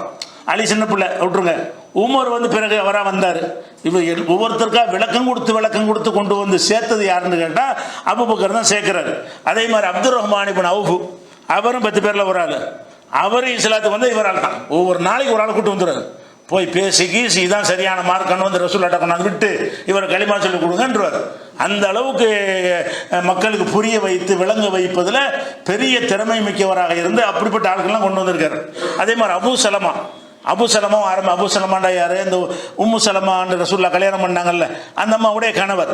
இவர் இறந்தவன தான் இவருக்காகத்தான் அந்த அம்மாவை ரசூலுல்லாஹ் கல்யாணம் பண்ணாங்க. ஏன்னா இவர் அபூ சலமா ஒரு மனைவி ஆரம்பத்தில் ஹிஜ்ரத் செஞ்சு அபிசினியாவுக்கு போய் அப்புறம் மதீனாவுக்கு வந்து ரொம்ப பல தியாகங்கள் செஞ்சவங்க. அபூ சலமா இறந்தவங்க என்ன செய்கிறாங்க? ரசூலுல்லாஹ் வந்து அவருடைய மனைவி உம்மு சலமாவை கல்யாணம் பண்ணுவாங்க. அப்போ ஆரம்ப காலத்தில் உள்ளவங்க. இவர் இருந்தால் அந்த அஷரத்துல் முபஷ்ஷிரோட சேர்க்குற அளவுக்கு சீனியரான ஆள். ஆனால் அதில் இல்லை, ஒரு ஆள் இல்லை இவர். அது ஒரு விஷயமாச்சு. அதே மாதிரி வந்து இப்படி ஏராளமான மக்களை வந்து இஸ்லாத்தை கொண்டு வந்தவர் இவர் தான். அறிவிக்க செஞ்சவர். நம்மளுக்கு இந்த வரலாறை வந்து இஸ்லாம் மார்க்கத்தை வந்து ஒளிஞ்சு ரகசியமாக செய்கிற வேலை இனி வேணாம். அடிக்கத்தானே செய்வோம், அடிக்கட்டும். உதைச்சா உதைக்கட்டும், வாங்கிட்டு திருப்பி சொல்லுவோம். அப்போ அப்படியான ஒரு நிலைப்பாடு எடுக்காமல் இஸ்லாம் வளர்ந்துருக்காது. ரகசியமாக வச்சுக்கிட்டு இருந்தாங்கன்னு சொன்னால் இஸ்லாம் ரசூலுல்லாஹ் வந்து என்ன செய்வாங்கன்னா ரகசியமாக வைக்கிறது தான் அறிவுரையாக சொல்லுவாங்க. ஏன்னு கேட்டால் மக்களுடைய தாங்கும் சக்தி அவங்க பார்ப்பாங்க. நீ பாட்டு சொல்லிட்டு அடி வாங்கிட்டு போகணும், தாங்க முடியாதுப்பா, அவ்வளோ கொடூரமானவங்களாக இருக்கிறாங்க என்று ரசூல் ஸல்லல்லாஹு அலைஹி வஸல்லம் அவர்கள் இஸ்லாத்தை ஏற்கிறவங்களுக்கெல்லாம் இதைத்தான் சொல்லுவாங்க. அபூதர் கிஃபாரின்னு ஒருத்தர் இஸ்லாத்தை ஏற்க வருவார். வந்து இதே மாதிரி வெளியூர்லேருந்து வருவார். ரசூலுல்லாஹ் எல்லாம் சொல்லி கொடுத்தவொடனே நான் இஸ்லாத்தில் வர்றேங்கிறாரு. வர்றது சரிப்பா, நீ அப்படி ஏற்றுக்கிட்டு ஊரை நோக்கி போ. அதெல்லாம் முடியாது, நான் இஸ்லாத்தை பகிரங்கப்படுத்தான் செய்ய வேண்டும். காபத்துல்லாஹ்ல போய் அஷ்ஹது அல்லா இலாஹ இல்லல்லாஹ் அடி வாங்குவார். அவரை போட்டு அடிப்பாங்க. அப்போ ரசூலுல்லாஹ் என்ன செய்வாங்கன்னா யார் வந்தாலும் தாங்க மாட்டேப்பா. அவ்வளோ இந்த வெளியூர்லேருந்து வந்தார் அம்ர் இப்னு அப்பாஸ் என்ன சொல்லி அனுப்புனாங்க? நீ போய் ரகசியமாக இஸ்லாத்தை கடைப்பிடி, நேரம் வர அப்புறம் பார்த்துக்கிறோன்னு சொன்னாங்க. அபூபக்கர் நிலைப்பாடு என்னன்னு கேட்டால் அது ரகசியம் தேவையில்லை, நாங்கள் எல்லாத்தையும் வாங்க நாங்கள் தயாராக இருக்கிறோம், நாங்கள் அடி வாங்க ரெடியாக இருக்கிறோம், நீங்கள் எதுக்காக வேண்டி தயங்குறீங்க? ரசூலுல்லாஹ் தயங்குறது பயத்துக்கு இல்லை, இவங்களுக்காக தான். இவங்க அடி வாங்குவாங்களே, இவங்க தாங்க முடியாத, இவங்களை தொல்லைப்படுத்துவாங்களே அப்படின்னு இந்த மக்களுக்காக ரசூலுல்லாஹ் வந்து தவிர்த்தாங்க. அபூபக்கர் என்ன செய்கிறாருன்னா நாங்கள் அப்படி ஆள்கை இல்லை, எல்லாரும் ரெடியாக தான் இருக்கிறோம், தயாராக தான் இருக்கிறோம்னு சொல்லி அவர் டிக்ளேர் பண்ணது அவர் தான் பண்ணுறார். ரசூலுல்லாஹ் பேசாமல் உட்கார்ந்துக்கிட்டு இருக்கிறாங்க. அந்த உரை நிகழ்த்தி பிரச்சனையை ஆரம்பித்து வச்சது யார் தான்? அபூபக்கர் தான். அதுக்கு பிறகு தொடர்ச்சியாக அவங்க வெளிப்படையாக செயல்பட்டாங்க, துன்பங்கள் அனுபவிச்சாங்க. அப்புறம் ரகசியம்ங்கிறது இருக்கவில்லை. அது அபூபக்கருடைய வரலாறுல முக்கியமான ஒரு சம்பவமாக இருக்குது. அதே மாதிரி வந்து அப்போ தான் தாயாரை கூட்டு போய் இஸ்லாத்துக்கு வந்தது. ஏற்கனவே சொன்னோம்ல, இந்த சம்பவம் அடித்த பிறகு அந்த உம்மு ஜமீல்கிட்ட போய் விசாரிச்சுட்டு வந்த பிறகு அப்போ என்ன செய்கிறாங்க, ரசூல்லாவிட்ட போய் ரசூல்லா பார்த்தா தான் நான் சாப்பிட வேண்டார்ல, அப்போ கூட்டிகிட்டு போனாங்களே. அப்போ தான் ரசூல்லா சொல்லுவாங்க, இது எங்கள் அம்மா கூப்பிட்டு வந்திருக்கிறேன், நீங்கள் அவங்களுக்கு இஸ்லாத்தின் அழைப்பு கொடுங்க. அன்னைக்கு 40 இஸ்லாத்துக்கு வருவாங்க. இந்த உம்மு ஜமீல் வந்து இந்த பகிரங்கப்படுத்தி டிக்ளேர் பண்ண பிறகு அவங்க வந்து என்ன செய்வாங்க, தந்த மகனுடைய சொல்ல கேட்டு இஸ்லாத்துக்கு வந்துடுறாங்க. உம்மு ஜமீல், உம்முல் ஹைர் அவங்க பேர். அதே மாதிரி வந்து இன்னொரு சம்பவம் என்னன்னு கேட்டால், இது முடிஞ்சிருச்சு. அடுத்ததாக அவங்க வரலாறுல எல்லாமே துன்பங்கள் கஷ்டங்களில் பூரா கூடவே இருக்கிறாங்க. அவங்க வரலாறுல முக்கியமாக நம்ம அறிஞ்சிக்கிற விஷயம், அவங்களுடைய மகளை ரசூல்லா கல்யாணம் பண்ணி கொடுத்த ஒரு சம்பவம். அபூபக்கர் வரலாறுல வந்து ஆயிஷா நாயை வந்து ரசூல்லாவுக்கு திருமணம் பண்ணி கொடுக்குறாங்க. ஆனால் இவருடைய வயசு ரசூல்லாவோட சின்ன வயசு.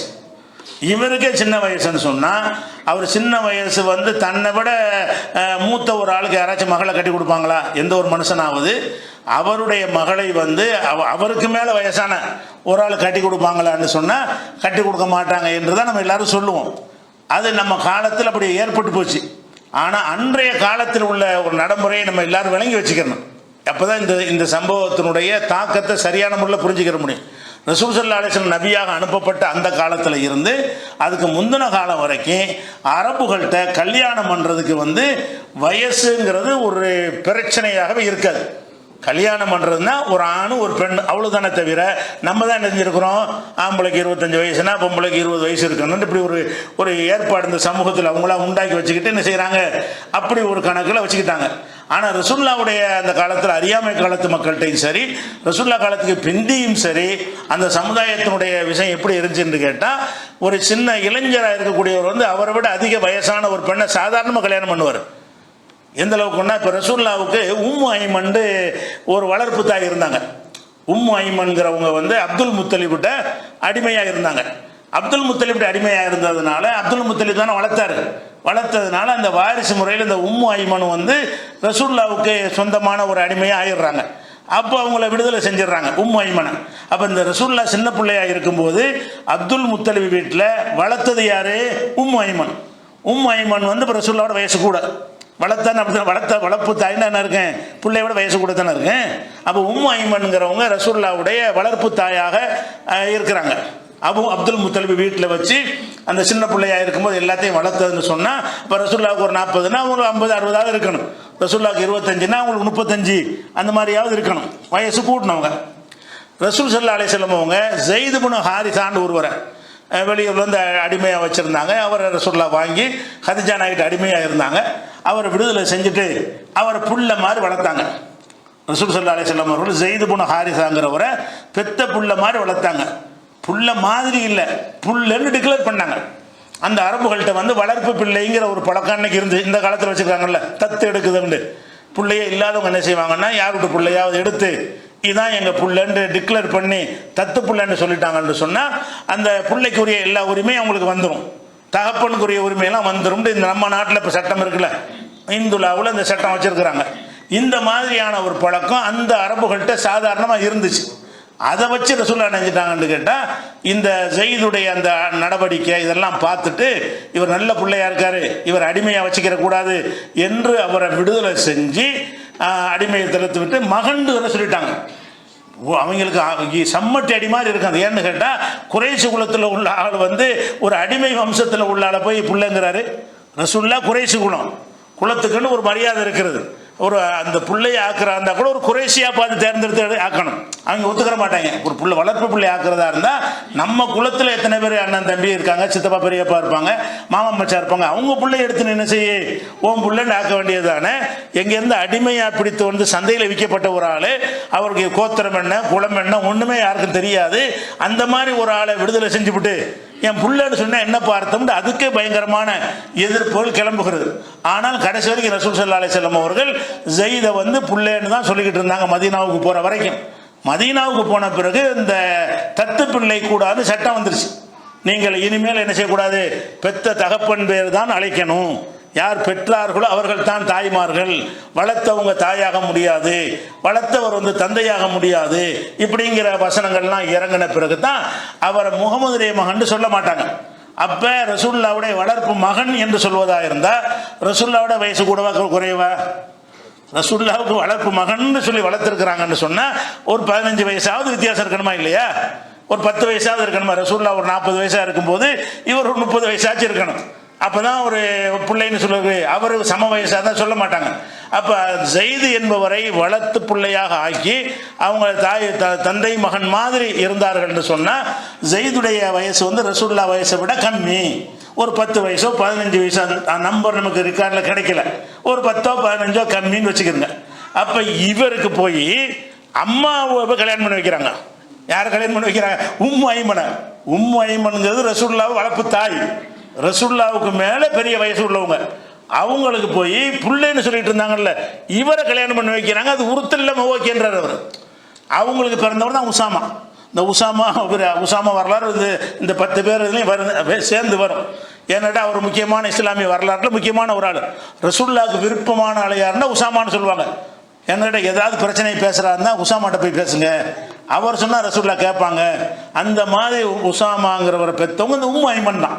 அந்த உம்மு ஐமனும் ஸைதும் கல்யாணம் பண்ணாங்களே, அதை இந்த காலத்தில் ஒரு கல்யாணம் நடந்த அவனுக்கு இருக்குன்றாங்க. நம்ம காலத்தில் இந்த ஸைது மாதிரி வயசில் உள்ள ஒரு 30 வயசு உள்ள ஒரு ஆள் ஒரு 60 வயசில் உள்ள ஒரு பெண்ணை போய் கல்யாணம் பண்ணான்னு வைங்க, ஏன்டா உனக்கு லூஸா கிறுக்கா பிடிச்சிச்சுன்னு கேட்பாங்க. அந்த காலத்தில் இந்த பெண்களுக்கு புது அநீதி இழைக்கிறாங்க. பெண்களுக்கு கணவனை இழந்துட்டாங்கன்னா 2வது கல்யாணம் பெரிய பாவமாக நினைக்கிறாங்க. அதுவும் ஒரு நடுத்தர வயசை தாண்டிட்டாங்கன்னு வைங்க, ஒரு 50 வயசு பொண்ணு கல்யாணம் பண்ணுவாங்களா? அந்த பெண்ணை எந்த அளவு கரிச்சு கொட்டுவாங்க. 50 வயசில் கல்யாணம் கேட்குதான்னு 60 வயசில் கல்யாணம் பண்ணியிருக்காங்க. 50 வயசில் கல்யாணம் கேட்குதான்னு இன்றைக்கி பேசுகிறாங்க. அன்றைக்கு அந்த பெண்களுடைய உணர்வுகளுக்கு அவ்வளோ மரியாதை இருந்துச்சு. இது ஒரு கணக்கே கிடையாது. அந்த சமூகத்தில் கல்யாணம் பண்ணுறதுங்கிறது ஆண் வயசு கம்மியாக இருக்கும், பெண் வயசு. ரசூலுல்லாஹ் கல்யாணம் பண்ணாங்களா? கதீஜாவை ஏன் பண்ணாங்க? அது ஒரு புரட்சி சாதனை அப்படிலாம் கிடையாது. எல்லாரும் பண்ணாங்க. ரசூலுல்லாஹ் மட்டும் இப்படி பண்ணலை. அவங்க உம்மு ஐமன் பண்ண மாதிரி தான். ஸைதுக்கு போய் உம்மு ஐமனை கல்யாணம் பண்ணாங்கல்ல, அந்த மாதிரி தான் ரசூல் ஸல்லல்லாஹு அலைஹி வஸல்லம் 25 வயசு, அவங்க மனைவிக்கு 40 வயசு. 25 வயசில் உள்ள ஒரு 40 வயசு யாரை கல்யாணம் பண்ணுவாங்கன்னா இந்த காலத்தில் பண்ண மாட்டாங்க. அந்த காலத்தில் எல்லாரும் பண்ணுவாங்க. இது ரசூலுல்லாஹ் மட்டும் பண்ணலன்னு விளைக்கிறணும். இது ரசூலுல்லாஹ் மட்டும் பண்ணல. ஒரு பெண் அவ்வளோதான், ஒரு ஆண் அவ்வளோதான். அவங்களுக்கு இல்லற வாழ்க்கை நடத்தணும். பிடிச்சிருந்தா எத்தனை வயசுனாலும் பண்ணிக்கிடுவாங்க. வயசான ஒரு பெண்ணு சின்ன வயசு பையனை கூட கல்யாணம் பண்ணிக்கிடுவாங்க. சின்ன வயசான ஒரு ஆம்பளை சின்ன வயசு பொண்ணை கூட கல்யாணம் பண்ணிக்கிடுவாங்க. அது ஒரு இஷ்யூவாகவே எடுத்துக்கிறது இல்லை. நம்ம அப்படி ஊறி போயிட்டதுனால அது எப்படி இந்த வயசில் இப்படி கல்யாணம் நம்ம நினச்சிக்கிட்டு இருக்கிறோம். அதே மாதிரி அலி ரலியல்லாஹு அன்ஹு இருக்காங்க இல்லையா, அவங்க அபூபக்கர் மூத்தா போன பிறகு அவங்க மனைவி அஸ்மாவை கல்யாணம் பண்ணுறாங்க. எந்த அஸ்மா? ஏற்கனவே சொன்னோம்ல, அந்த இவர் ஜுபைருடைய ஜாஃபருக்கு மனைவியாக இருந்து ஜாஃபர் கொல்லப்பட்ட பிறகு அவரை அபூபக்கர் கல்யாணம் பண்ணிக்கிட்டாருன்னு சொன்ன ஜாஃபர்னு அபி தாலிபுடைய மனைவியாக இருந்து அபூபக்கருக்கு மனைவியாக இருந்தாங்கல்ல. அப்போ அபூபக்கர் ஆட்சி காலத்தில் அபூபக்கர் மூத்தா போயிடுறாரு. அபூபக்கர் மூத்தா போன பிறகு அவங்க மனைவி அஸ்மா இருக்கிறாங்க. அந்த அஸ்மாவை அலி கல்யாணம் பண்ணுறது.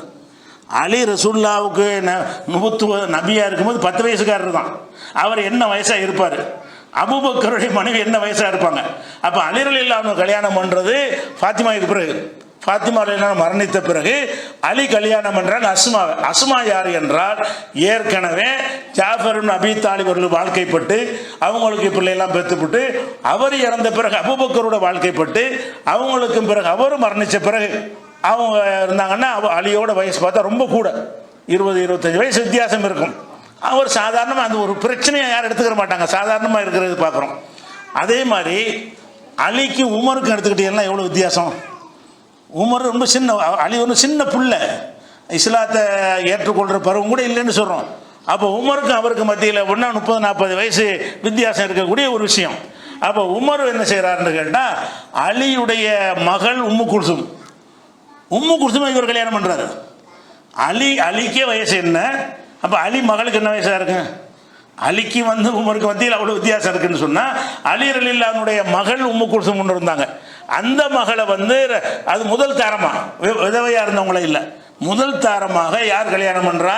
உமர் கல்யாணம் பண்ணுறாரு.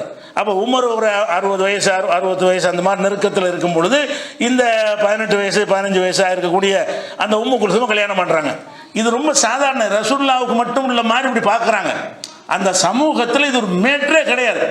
அந்த சமூகத்தில் உடல் ரீதியாக பார்த்தாலும் மேட்ரு கிடையாது. சந்தோஷமாக இருக்க முடியும்னா இருந்திருப்போம். உங்களுக்கு என்ன வயசு, என்ன பிரச்சனை?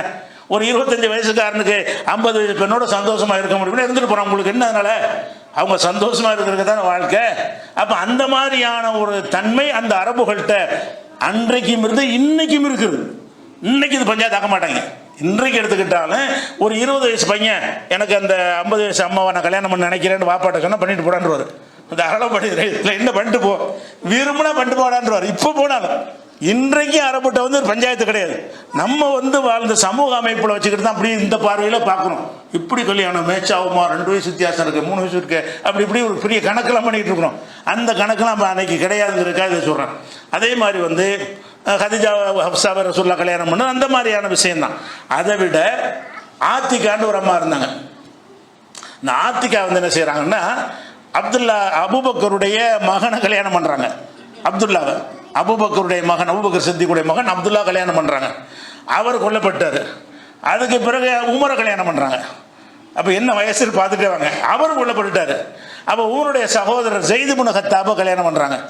அவரும் இறந்து போயிடுறாரு. அதுக்கப்புறம் அந்த அம்மாவை ஜுபைர் கல்யாணம் பண்ணுறாங்க. அவரும் கொல்லப்பட்டு போயிடுறாரு அந்த மொத்தாப்பூரில். அதுக்கப்புறம் என்ன செய்யறாருன்னா, அபூபக்கருடைய இன்னொரு மகன் முகமது அவர் கல்யாணம் பண்ணுறாரு. அவர் மொத்தா போனவுடனே அலியுடைய மகன் ஹுசைன் கல்யாணம் பண்ணுறாரு. ஹுசைன் குட்டி பிள்ளை. இந்த ஹுசைன் யாரை கல்யாணம் பண்ணுறாருன்னா, அபூபக்கருடைய உமருக்கு மனைவியாக இருந்தவங்கள, ஜுபைருக்கு மனைவியாக இருந்தவங்கள, பெரிய பெரிய தாத்தாக்களுக்கு மனைவியாக இருந்தவங்கள யார் கல்யாணம் பண்ணுறா? ரசூலுல்லாஹ்வுடைய பேரப்புள்ள ஹுசைன் கல்யாணம் பண்ணுறாரு. அப்போ அலியே சின்ன பிள்ளை கணக்கில் வர்றாரு. அவர் புள்ள ஹுசைன் அதுலேயும் சின்ன பிள்ளை. அவர் போய் கல்யாணம் இதை ஆத்திகா பின்த்து செய்தி உங்கள் பேர். அப்போ என்னன்னு கேட்டால், அந்த திருமண விஷயங்களில் நம்மளுக்கு இருக்கிற ஒரு மேலை நாட்டில் இருக்கிறவனுக்கு ஒரு பார்வை, நம்ம நாட்டில் இருக்கிறவனுக்கு ஒரு பார்வையினால இது பெரிய ஆயிஷாவை சின்ன பிள்ளையை கல்யாணம் பண்ணி இப்படிங்கிற மாதிரி பேசுகிறாங்க.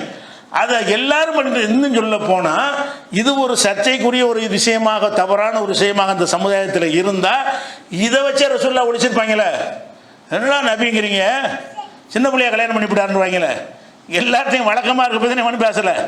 நான் மட்டும் எல்லாரும் தானே பண்ணுறீங்க. அது பெரிய பிரச்சனை இல்லையே. கல்யாணம் என்பது ஒரு ஆணு பெண்ணுங்கிற மட்டும்தான் கணக்கு. இன்னென்ன உறவுகளை கல்யாணம் பண்ணக்கூடாது, இந்தந்த உறவுகளில் கல்யாணம் பண்ணிக்கலாம் என்ற சட்டத்தை தவிர வேற எந்த சட்டமும் பெண்களை தேர்ந்தெடுப்பதற்கு, மாப்பிள்ளையை தேர்ந்தெடுப்பதற்கு இஸ்லாத்தில் இல்லை. அந்த அடிப்படையில் தான் ரசூலுல்லாஹ் அபூபக்கர் அவர் மகளுக்கு தன்னை விட மூத்தவரை கல்யாணம் பண்ணாருன்னு சொல்றீங்களா. இந்த லிஸ்ட் மாதிரி எடுத்தோம்னா சிலதை உதாரணத்துக்கு சொல்லிடுவேன், 100 கணக்காக வருது. அதுக்கே ஒரு 2 நாளைக்கு பேசலாம். இப்படி வித்தியாசத்தில் என்ன செய்யறாங்க, ஒவ்வொருத்தரும் தன்னுடைய மகளுக்கு தன்னை விட மூத்தவரை கல்யாணம் பண்ண சம்பவம் அப்படி இருக்கிறது. அப்போ ஏன் அப்படி இருக்குன்னு கேட்டால், அந்த சமூகத்தில் இது ஒரு பிரச்சனை இல்லை. அந்த காலகட்டத்தில் தான் எல்லாரும் வழக்கமாக இருந்தாங்க. எப்படி போய் இவர் போய் பொண்ணு கேட்டாருங்கிறாங்க. எப்படி ரசூலுல்லாஹ் போய் அபூபக்கர்ட்ட போய் மகளை கட்டி தான் இப்படி கேட்டார். இவர் வயசு என்ன, அவர் வயசு என்ன, நண்பருங்கிறாரு, கூட்டாளிங்கிறாரு, இப்படிலாம் பேசுகிறாங்க, விமர்சனம் பண்ணுறோன்னு சொல்லி. எப்படி கேட்டாருன்னா, அப்படி பழக்கம் இருந்துச்சுன்னா எல்லாரும் செஞ்சுட்டு இருந்தாங்க. எல்லாத்தையுமே சர்வசாதாரணமாக இருந்துச்சு. அந்த மாதிரி கல்யாணம் பண்ணாங்க. இல்லை இடத்துல வயசுக்கு வர முந்தைய கல்யாணம் பண்ணக்கூடிய வழக்கம் இருந்தது. அப்போ ரசூல் ஸல்லல்லாஹு அலைஹி வஸல்லம் அவர்கள் வஹி வருவதற்கு முன்னாடி அந்த சமூகத்தில் எந்த மாதிரி பழக்கம் இருந்துச்சோ அந்த மாதிரி தான் நடந்து கொண்டார்கள். சின்ன பிள்ளைய கல்யாணம் பண்ணுற பழக்கம் இருந்துச்சு. ஆனால் அது தடுக்கப்பட்டுச்சு. நம்ம இன்னைக்கு செய்யக்கூடாது. ஆயிஷா நாயகி ரசூலுல்லாஹ் கல்யாணம் பண்ணுறதை வச்சுக்கிட்டு நம்மளும் சிறுமியை கல்யாணம் பண்ணலாம்னு நம்ம நினைக்கக்கூடாது. ஏன் நினைக்கக்கூடாது? திருமணத்திற்கு கண்டிஷன் வந்துருச்சு. திருமணம்னா உடன்படிக்கை, சம்மதம் கேட்கணும். சம்மதம் இல்லாமல் கல்யாணம் பண்ணக்கூடாது. சம்மதம் யார் கொடுப்பா? இல்லறம்னா என்னன்னு விளங்கினவங்க தான் சம்மதம் கொடுக்க முடியும். 5 வயசு பிள்ளை 7 வயசு பிள்ளை சம்மதம் கொடுக்க முடியாது. என்னத்துக்கு சம்மதம் கொடுக்குது? ஒப்பந்தம்னா என்ன ஒப்பந்தம் தெரியணுமா இல்லையா? அப்போ இஸ்லாத்தில் திருமணங்கிறது ஒப்பந்தம்னு வாகதன மின்கும் மீசாக்குன்னு கழியலாம். பெண்கள் உங்களிடத்திலே கடுமையான உடன்படிக்கை எடுத்து விட்டார்கள் என்று அல்லாஹ் சொல்றான். உடன்படிக்கைங்கிறான் கல்யாணத்தை. அப்போ உடன்படிக்கை யாருக்கு தான் நடக்க முடியும்? பருவம் அடைஞ்ச 2 பேருக்கு தான் நடக்க முடியும். சின்ன பசங்கள்கிட்ட சின்ன பொண்ணுகிட்ட போய் உடன்படிக்கை எடுக்க முடியாது. உலகத்தில் எந்த நாட்டிலையும் முடியாது. ஒரு சொத்து விற்கிறா இருந்தால் கூட மைனர் சொத்தை விற்க முடியுமா? 5 வயசு பையனுடைய சொத்தை நம்ம கையெழுத்து போடுறான்னு அவன் கையெழுத்து போட்டால் நமக்கு உரியது அது ஆகுமா? ஆகாது. ஏன்னா மைனராக இருந்தால் உங்களுக்கு அந்த அதிகாரம் கிடையாது. அந்த மாதிரி தான் இல்லற வாழ்க்கைக்கும் அந்த அனுமதி கிடையாது. பிறகு மதீனாவுக்கு ரசூலுல்லாஹ் வந்த பிறகு இந்த வசனங்கள்லாம் இறங்கி இது வந்து தடைன்னு ஆகிருச்சு. சிறுமிகளை கல்யாணம் பண்ணக்கூடாது, வயசுக்கு வந்த பிறகு தான் கல்யாணம் பண்ணணும். ரசூலுல்லாஹ் பண்ணாங்கன்னா பண்ணினாங்க. எப்போ பண்ணாங்க? பண்ணக்கூடாது என்ற தடை வருவதற்கு முன்னாடி அவங்க செஞ்சாங்க. தடை வருவதற்கு முன்னாடி எல்லாம் தண்ணி அடிச்சுட்டு தான் இருந்தாங்க. ரசூலுல்லாஹ் தடுக்கலை. இஸ்லாத்துக்கு வந்த பிறகு கூட பல சஹாபாக்கள் மதுபானம் அருந்தினார்கள். ஏன் அருந்தினார்கள்? அது பற்றி தடை வரல, அது பற்றி எந்த வசனமும் வரல. வசனம் வரலன்னா லாயிலா இல்லை ஏற்றுக்கிட்டே அப்போ. அதனால தான் போதையாக இருக்கும்போது தொழுவாதீங்கன்னு சொன்னான்ல. போதையில் இருந்துக்கிட்டே முஸ்லீமாக இருந்தாங்க. தொழுவும் போதாச்சும் போதை இல்லாமல் நீங்கள் பாட்டு எல்லாம் சொன்னது எதுக்கு வேண்டி தான் அந்த போதைங்கிறது அன்றைக்கு தடுக்கப்படாமல் இருந்துச்சு. அந்த மாதிரியாகத்தான் இந்த சிறுமி திருமணம் என்பது தடுக்கப்படாத காலத்தில் அந்த ஊரில் எல்லாருக்கும் வழக்கம் இருந்ததுனால நம்ம அபூபக்கருக்கு நமக்கும் உள்ள அந்த உறவு நிலைச்சிருக்கணும் என்பதாக இருந்தால் நம்ம பொண்ணு அவர் பொண்ணு அவர் பொண்ணு நம்ம எடுக்கணும், அந்த சம்பந்தம் இருக்கணும்னு ஆசைப்பட்டு என்ன செய்கிறாங்க, அபூபக்கர்கிட்ட கேட்குறாங்க. கேட்டவுடனே என்ன செய்கிறாங்க, அபூபக்கர் அவங்க ஒரே ஒரு ஆட்சேபனை தான் கேட்குறாங்க, எப்படி நம்ம ரெண்டு பேரும் அண்ணன் தம்பியாச்சேங்கிறாரு. அப்படி பழைய இருக்காங்க. அவர் எப்படி இருக்கிறார்? அபூபக்கர் சொல்கிறாருன்னா, நீங்கள் என்கிட்ட பொண்ணு கேட்குறீங்க, நம்ம அண்ணன் தம்பியாக இருக்கும்போது எப்படி சரியாக வரேன்? மார்க்கத்தை தம்பி மகளை வந்து கல்யாணம் பண்ண முடியுமா? நான் உங்களுக்கு தம்பி தானேன்னு அவர் சொல்கிறாரு. அப்போ இதை சொல்வதில் ஒரு ரெண்டு விஷயம் உள்ளது. என்னென்னு கேட்டால், ரசூலுல்லாஹ் அபூபக்கரும் அண்ணன் தம்பி மாதிரியான ஒரு அக்ரிமெண்ட்டில் இருந்திருக்கிறாங்க. நீ அண்ணன் நான் தம்பிங்கிற மாதிரி இருந்திருக்கிறாங்க. அதை வச்சு அவர் கேட்குறாரு, நான் தம்பியாக இருக்கிறேன், நீங்கள் அண்ணனாக இருக்கிறீங்க, என் மகளை நீங்கள் எப்படி கல்யாணம் பண்ணுற? ஹராம் ஆயிருமே, தம்பி மகளை ஒருத்தன் கல்யாணம் பண்ணுற கூடுமா? கூடாது அப்படின்னு ஒரு ஆட்சேபனை அப்படி பண்ணுறாரு. என்ன செய்கிறாரு, இன்னுமா நகூக்க, நான் உங்களுக்கு சகோதரனாக இருக்கிறேனே அப்படிங்கிறாரு அபூபக்கர். இது புகாரில் 5081வது ஹதீஸில் இருக்குது.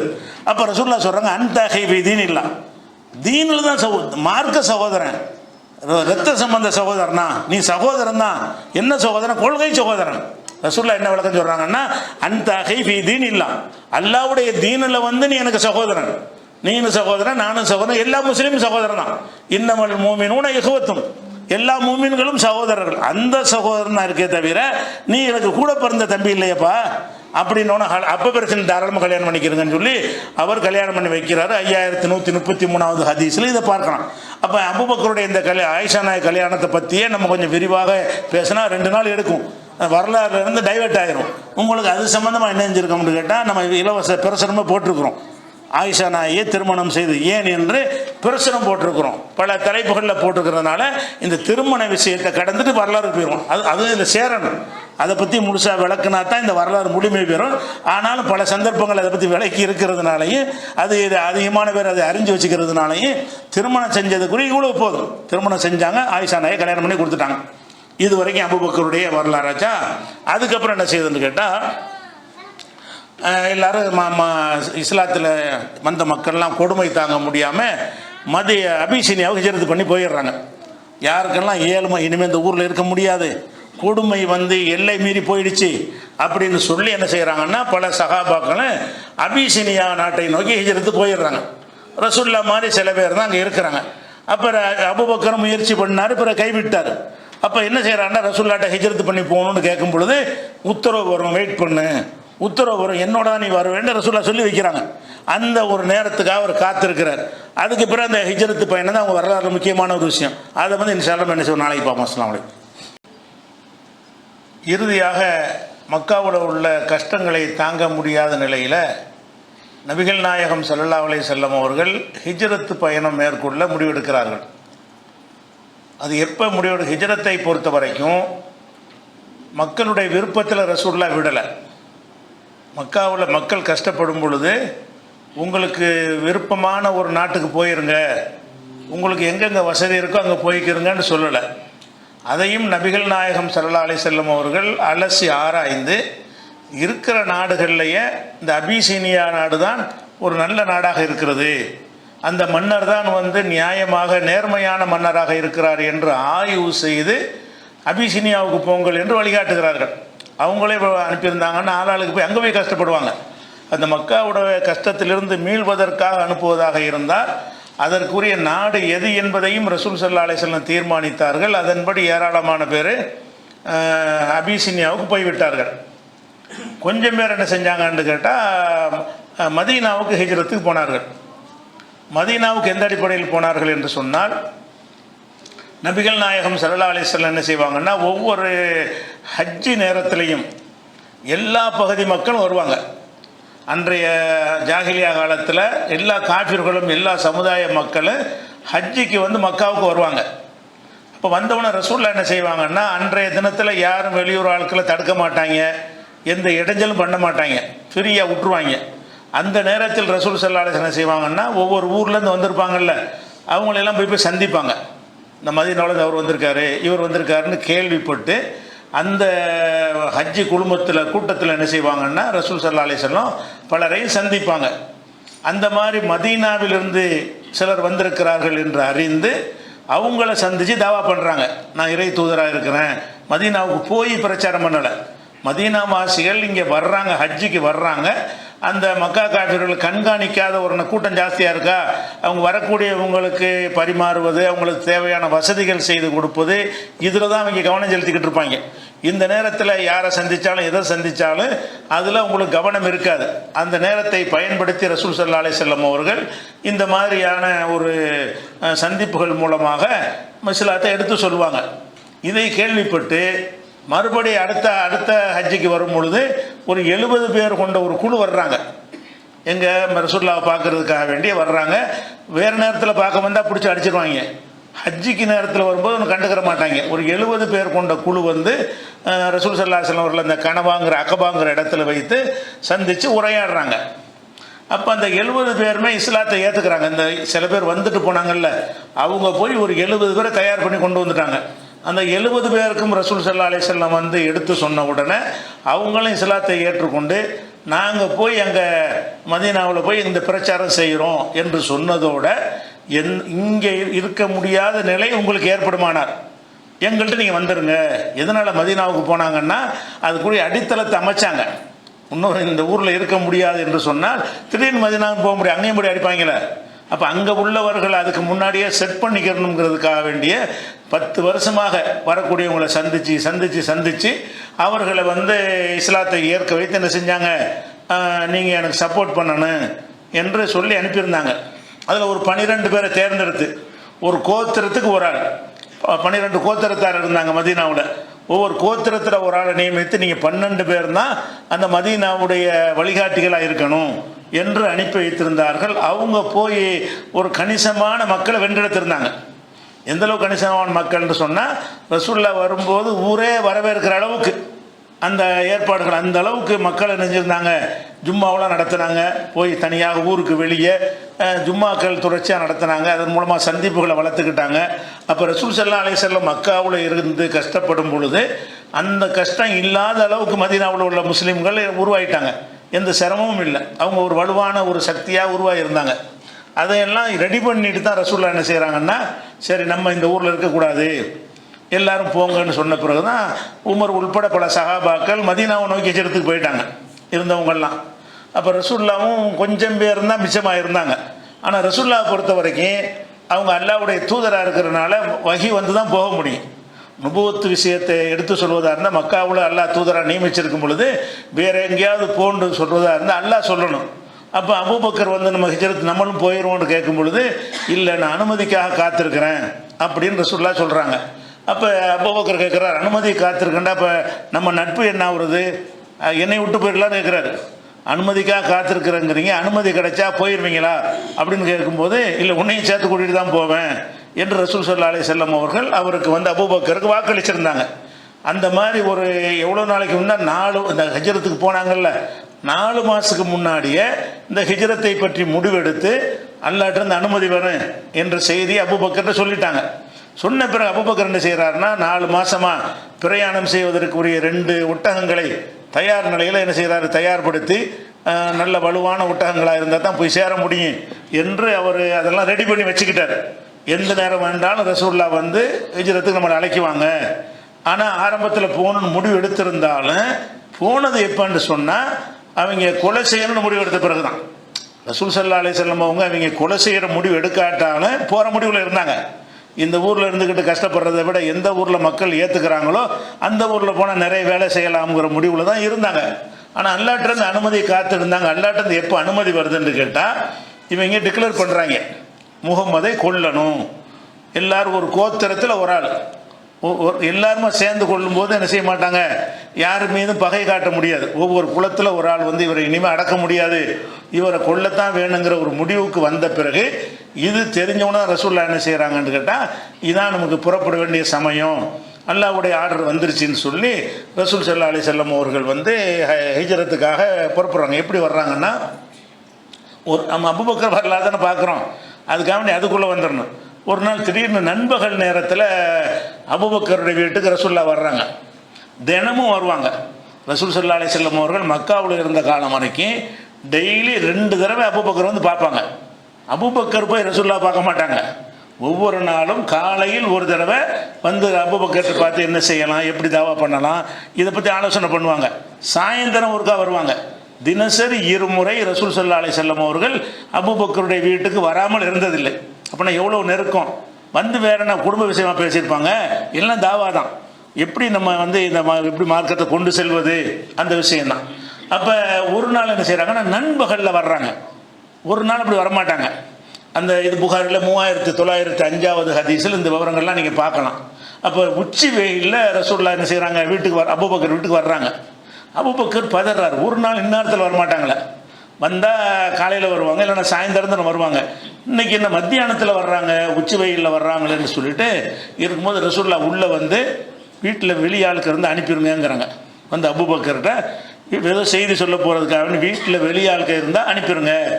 வெளியாள்லாம் யாரும் கிடையாது, ஆயிஷா தான் இருக்கிறாங்க, வேறு யாரும் வீட்டில் இல்லை அப்படின்னு அவங்க சொன்ன பிறகு அப்போ தான் அபூபக்கர் சொல்கிறாங்க, எனக்கு அல்லாஹ் அனுமதி கொடுத்துட்டான், இந்த ஊரை விட்டு வெளியேறுவதற்கு அல்லாஹ்ட்ட அனுமதி வந்துருச்சு அப்படின்னு சொல்லி அந்த விஷயத்தை வந்து அபூபக்கர்கிட்ட சொல்கிறாங்க.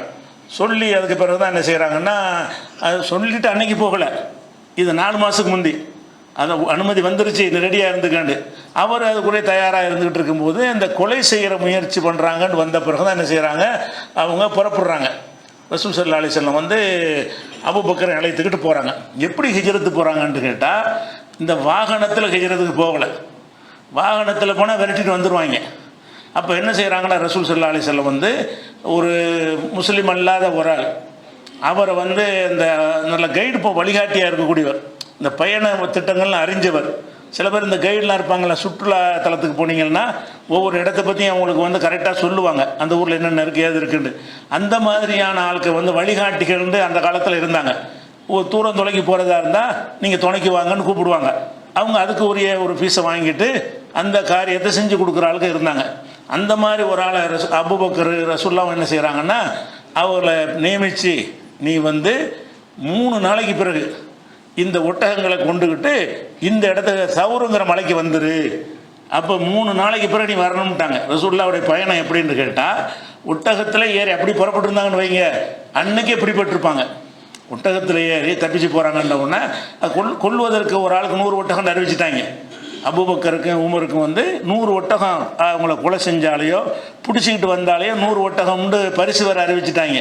அப்போ ரசூல் ஸல்லல்லாஹு அலைஹி வஸல்லம் என்ன செய்கிறாங்கன்னா, நம்ம பிரயாணம் பத்திரமா போய் சேரணுமாக இருந்தால் நம்ம அவங்கள ஏமாற்றிட்டு தான் போகணும், நம்ம வீரம் காட்டிட்டு வீம்பு காட்டிட்டு போகிறதை விட தந்திரத்தை கையாளணும் என்று சொல்லி என்ன செய்கிறாங்கன்னா, அவங்க நடந்த மக்காவில் இருந்து சவுருங்கிற ஒரு மலை வந்து 5 கிலோமீட்டர் தூரத்தில் இருக்குது.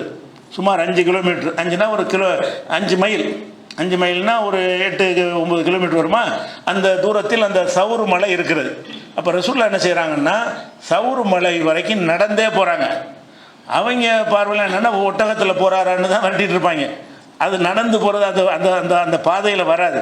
அதனால் என்ன செய்கிறாங்கன்னா, அந்த வழியாக மதீனாவுக்கு போக மாட்டாங்க.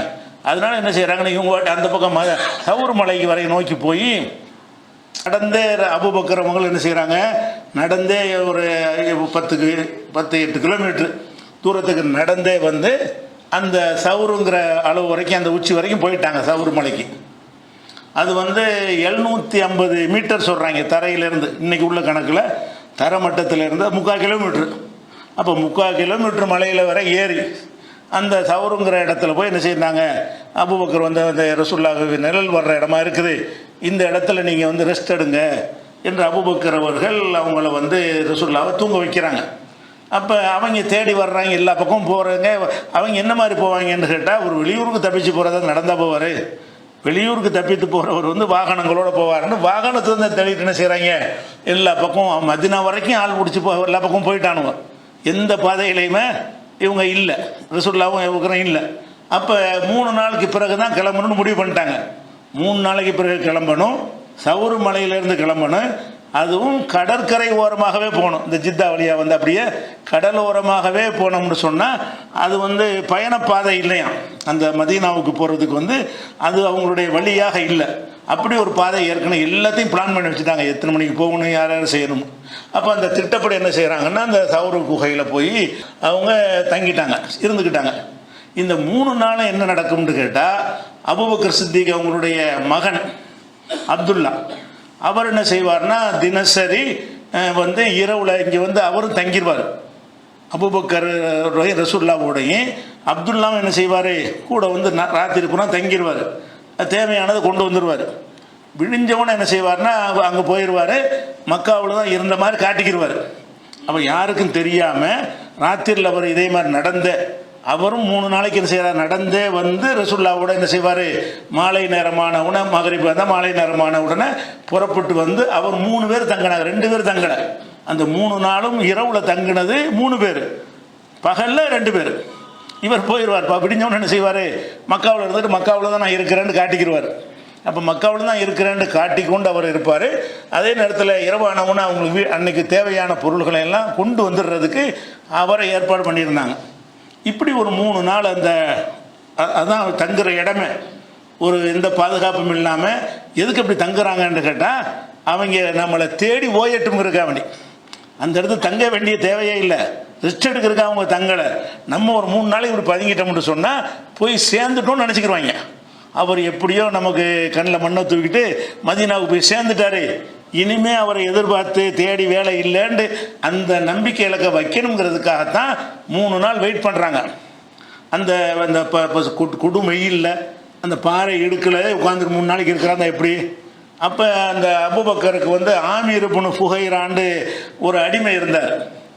அவரும் இஸ்லாத்தை ஏற்றுக்கொண்டவர். அவரை வந்து அபூபக்கர் விலைக்கு வாங்கி விடுதலை செஞ்சதில் அவர் ஒரு ஆள். நம்ம ஏற்கனவே சொல்லியிருக்கிறோம், 7 பேரை விடுதலை செஞ்சார் நம்மள அபூபக்கர் அவர்கள். மக்காவில் கஷ்டப்பட்டுக்கிட்டு இருக்கிற ஒரு 7 பேரை வந்து சொந்த காசில் விலைக்கு வாங்கி இனிமேல் நீ அடிமை இல்லை என்று சொன்னாங்க. அவர் அதுக்கு பிறகு என்ன செய்யறார், அபூபக்கர்கிட்டயே அவங்களுடைய ஆடு மாடுகளை மேய்க்கக்கூடிய அந்த வேலைக்கு அவர் வந்துட்டார். அவர்கிட்ட என்ன செய்வாங்கன்னு கேட்டால், நீ தினம் வந்து சாயந்தரமானவுன ஆடுகளை ஓட்டிகிட்டு வந்துரு, அங்கே வந்து பால் கறந்து கொடுக்குறது, சாப்பிட்றதுக்கு ஆட்டுப்பால் தான் முக்கியமான உணவு உங்களுக்கு. அப்போ அவர்கிட்ட என்ன செஞ்சுட்டாங்கன்னா, நீ ஒவ்வொரு நாளும் மாலை நேரத்தில் கரெக்டாக இருட்டுற நேரத்தில் என்ன செய்யணும், அங்கேருந்து பால் தரக்கூடிய அபூபக்கருடைய ஆட்டு மந்தைகள், நிறைய ஆடு வச்சுருந்தார், அந்த ஆட்டு மந்தைகள்ல இருந்து பால் தரக்கூடிய ஆடாக பார்த்து என்ன செய்யணும், நீ வந்து கொண்டு வந்துரு அப்படின்னு பேசி வச்சுருந்தாங்க. அவர் சொன்னபடி என்ன செய்வார்னா, சாயந்தரம் ஆனவனு வருவார், அந்த பாலை கறந்து ரசூலுல்லாவுக்கு கொடுப்பார். இதையே 3 நாள் அவருடைய வேலை இதுதான். காலையில் அவரும் ஓடி போயிடுவார். அப்போ எல்லாம் ஏற்பாடு பண்ணுறாங்க, சாப்பாடுக்கு என்ன செய்கிறது, அதுக்கு இல்லை 3 நாளைக்கு வந்து இவர் வந்து வேணுங்கிற உணவை கொண்டு வந்துடுறாரு, யார் மகங்காரரு. அது போக இந்த பால் உணவு கஷ்டமில்லாமல் இருப்பதற்குரிய ஏற்பாடுகளையும் பண்ணிக்கிட்டாங்க. நம்ம அந்த ஆமீர் இப்னு ஃபுஹைராங்கிற அவர் ஆரம்பகால முஸ்லீமு, அபூபக்கரால் வந்து விடுதலை செய்யப்பட்டவர். அப்போ இந்த ஆமீர் இப்னு ஃபுஹைராவும் அப்துல்லாவுக்கும் தான் தெரியுது இவங்க இந்த இடத்துல தங்கி இருக்கிறாங்க என்பது வந்து அபூபக்கருடைய மகனுக்கு தெரியும். அவரால் விடுதலை செய்யப்பட்ட அந்த அடிமையாக இருந்த ஆமீர் இப்னு ஃபுஹைராங்கிறவருக்கு தெரியும், உலகத்தில் யாருக்கும் தெரியாது. அப்படி அந்த குகையில் இருக்கிற நேரத்தில் எதிரிகள் என்ன செய்கிறாங்கன்னா, அங்கேயும் வந்துட்டானுங்க, எங்கள் அந்த சவுறு மலைக்கும் வந்துட்டாங்க. அந்த மலையில் வந்து அவங்க இவங்க ரசூலுல்லா ஒரு பதுங்கி இருக்கிறாங்க, அவங்க ஒரு மேடான அதை விட மேடான அதுக்கு மேலே போயிட்டானுங்க.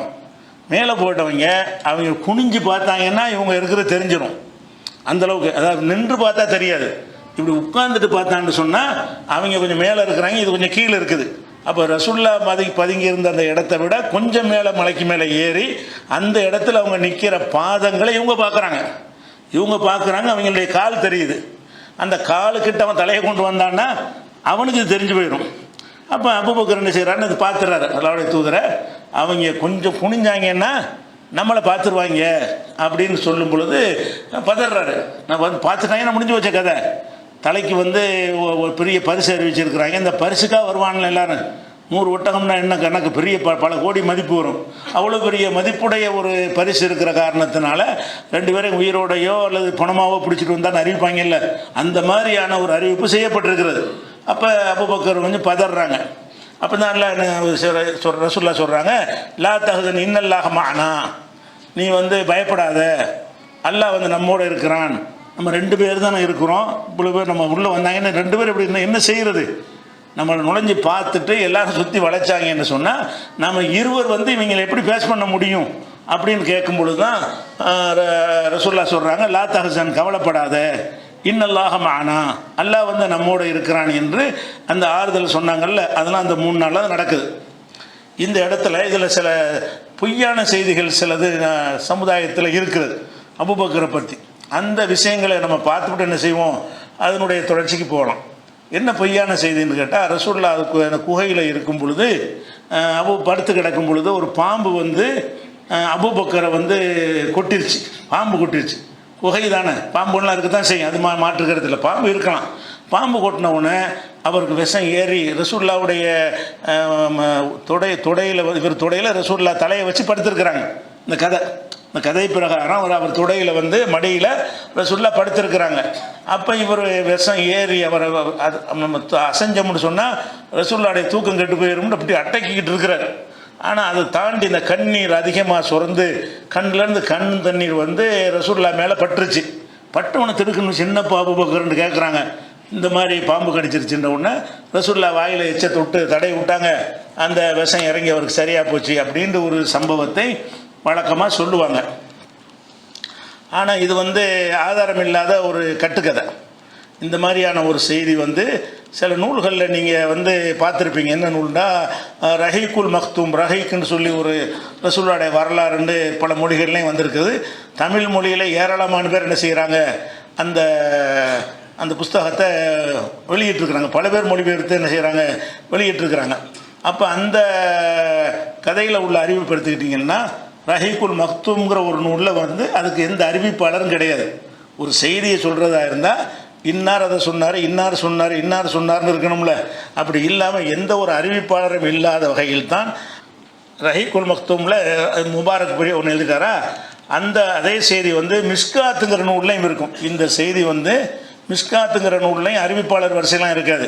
அந்த மாதிரி ஒரு செய்தி எழுதி வச்சுருப்பாங்க, அந்த பாம்பு கடித்த விஷயம். அதே நேரத்தில் அறிவிப்பாளர் வரிசையோடவும் சில நூல்களில் இருக்கிறது. அது எந்த நூலில் இருக்குதுன்னா, தலாயிலும் நுபுவாங்கிறது பைஹக்கியுடைய ஒரு நூலில் இருக்கிறது. இன்னும் எந்த நூலில் இருக்குன்னு கேட்டால், அந்த பைஹக்கியில் உள்ள நூலில் வரக்கூடிய அறிவிப்பாளர் எப்படி இருக்காங்கன்னு கேட்டால், அப்துர் ரஹ்மான் பின் இப்ராஹிம் அர் ராசி இப்படின்னு ஒருத்தர் அறிவிக்கிறார். அவர் யார்கிட்ட அறிவிக்கிறார்னு கேட்டால், ஃபுராத் பின் சாயிப் என்பவர்கிட்ட அறிவிக்கிறார். அவர் யார்கிட்ட அறிவிக்கிறார்னு கேட்டால், மைமூன் பின் மஹரான்ட்டு அறிவிக்கிறார். ஒரு ஹதீஸில் ஒரு ஆள் பலவீனமாக இருப்பாங்க, நம்ம கேள்விப்பட்டிருக்கிறோம்.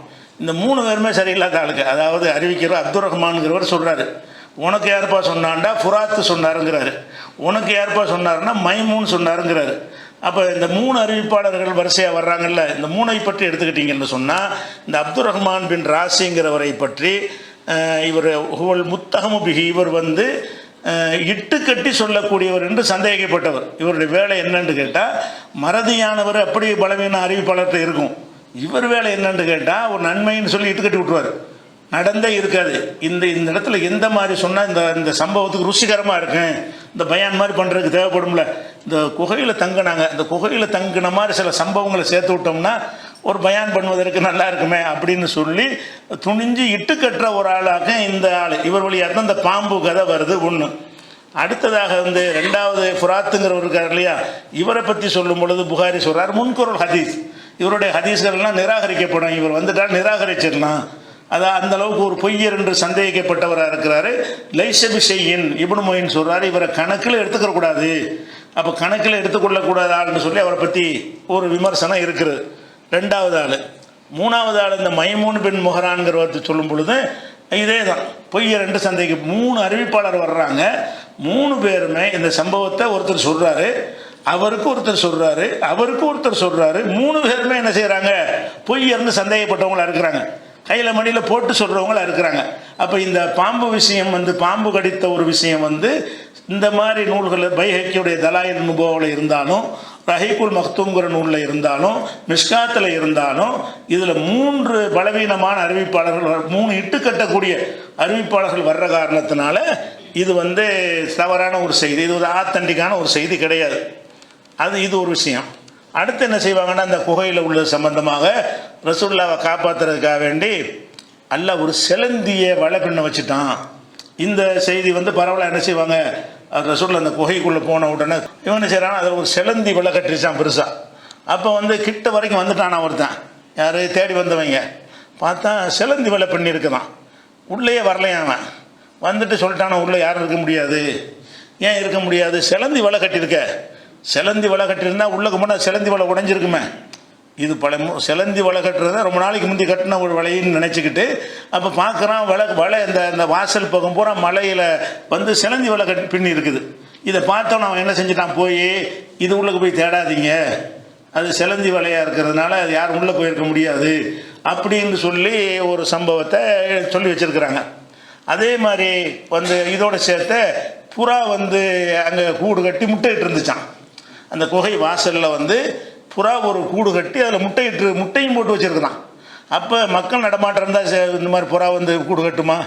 அங்கே மக்கள் நடமாட்டம் இருக்கிற ஒரு இடமா இருந்துச்சுன்னு சொன்னால் புறா கூடு கட்டி முட்டையிட்டு இருக்காது. ரெண்டையும் பார்த்துவிட்டு அவங்க இவர் இருக்க மாட்டாருன்னு போயிட்டாங்க. இந்த குகையில் ரசூலுல்லாஹ் இருக்க மாட்டாங்கன்னு சொல்லி அவங்க அதனால் அதை உள்ள மாட்டிக்கிறல அப்படிங்கிறாங்க. இப்படி உள்ள அந்த சிலந்தி வலை கட்டின ஒரு விஷயமும் இதெல்லாம் சில நூல்களில் இருக்குது. இந்த புர்தா மாதிரியான ஒரு கவிதை பாட்டு புஸ்தகத்தில் எழுதி வச்சுருப்பாங்க. இந்த மாதிரி இப்போ புறாவை கொண்டு எல்லாம் காப்பாற்றினா, சிலந்தி வலையை கொண்டு காப்பாற்று. இன்னும் சொல்ல போனால் அந்த புறா இருக்குதுல்ல, மக்காவோட நிறைய புறாக்கள் நீங்கள் பார்ப்பீங்க. இதெல்லாம் அந்த புறாவுடைய சந்ததி தானா, அதை வரைக்கும் விட்டு சேர்த்துக்கிட்டாங்க. இப்போ நீங்கள் மக்காவில் உள்ள புறாவெல்லாம் அந்த புறா எந்த புறா அந்த குகையில் கூடு கட்டி ரசூலுல்லாஹ் காப்பாற்றுனுச்சோ அந்த புறாவின் சந்ததிகள் தான் இப்போ ஹரமில் இருந்து கொண்டிருக்கின்றன. அதுக்கு ஒரு எக்ஸ்ட்ரா கதையும் சேர்த்து விட்டுருக்காங்க. சரி, இந்த சம்பவம் எங்கே இருக்குது அப்படின்னு பார்த்தீங்கன்னா, இது பஸ்ஸாருங்கிற ஒரு நூலில் இருக்குது. இந்த பஸ்ஸாருங்கிற நூலில் அறிவிக்கிற ஆளுக்கு யாருன்னு கேட்டால், அபு முஸாப் என்பவர் சொன்னதாக உவைன் பின் அம்ரு என்பவர் சொல்கிறார். 2 பேருமே பொய்யான ஆளுங்க. இவர் சொன்னதாக அவர் சொல்கிறாருன்னா அந்த 2 பேருமே என்னன்னு கேட்டால், இது நம்பிக்கைக்குரிய ஆளுக்கு கிடையாது. அதனால ஆத்தன்டிக்கான செய்தி இல்லை. இது பஸ்ஸாரில் மாத்திரம் இல்லாமல் இன்னும் நிறைய நூலில் இப்னு சாதுடைய தபக்காத் நூலில் இது எழுதப்பட்டிருக்கிறது. அதே மாதிரி கஷ்ஃபுல் அஸ்தார், அது பஸ்ஸாருடைய நூல், அதில் இருக்கிறது. உகைலியுடைய நூலில் இருக்குது. ஃபலாயிலு சித்திக்குங்கிற ஹைசமாவுடைய நூலில் இருக்கிறது. அபு நயீம் தலாயில் நூலில் இருக்கிற அதில் நிறைய நூல்கள் இருக்கிறது. எல்லா நூல்லையுமே இந்த 2 பேர் தான் வர்றாங்க. எந்த நூலில் வந்தாலும் இதை சொல்கிற ஆளுக்கு யாராக இருக்காங்கன்னு கேட்டால் பலவீனர்கள், நம்பிக்கைக்குரிய ஆட்கள் இல்லைன்னு ஒதுக்கப்பட்டவங்க தான் இருக்கிறாங்க. இது ஆத்தன்டிக்கான ஒரு செய்தி கிடையாது.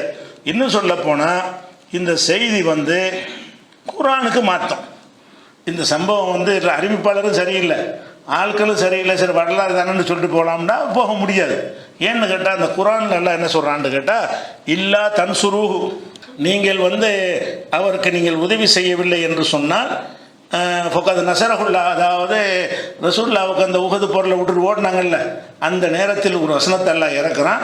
இல்லா தன்சுரூஹு, நீங்கள் இந்த முகமதுக்கு நீங்கள் உதவி செய்யாவிட்டால் ஃபக்கத் நஸரஹுல்லாஹு, அல்லாஹ் அவருக்கு உதவி செய்திருக்கிறான். எப்போ உதவி செய்திருக்கிறான்? இது அஹ்ரஜஹுல்லதீன கஃபரு, காஃபிர்கள் அவரை வெளியேற்றினார்களே. சானி எசனைனி, 2 பேரில் ஒருவராக அவர் இருந்தார். இதுஹுமா ஃபில் காரி, 2 பேரும் புகையில் இருந்தார்களே, அந்த நேரத்தில் அல்லாஹ் அவருக்கு உதவி செஞ்சு காப்பாற்றிருக்கிறான்.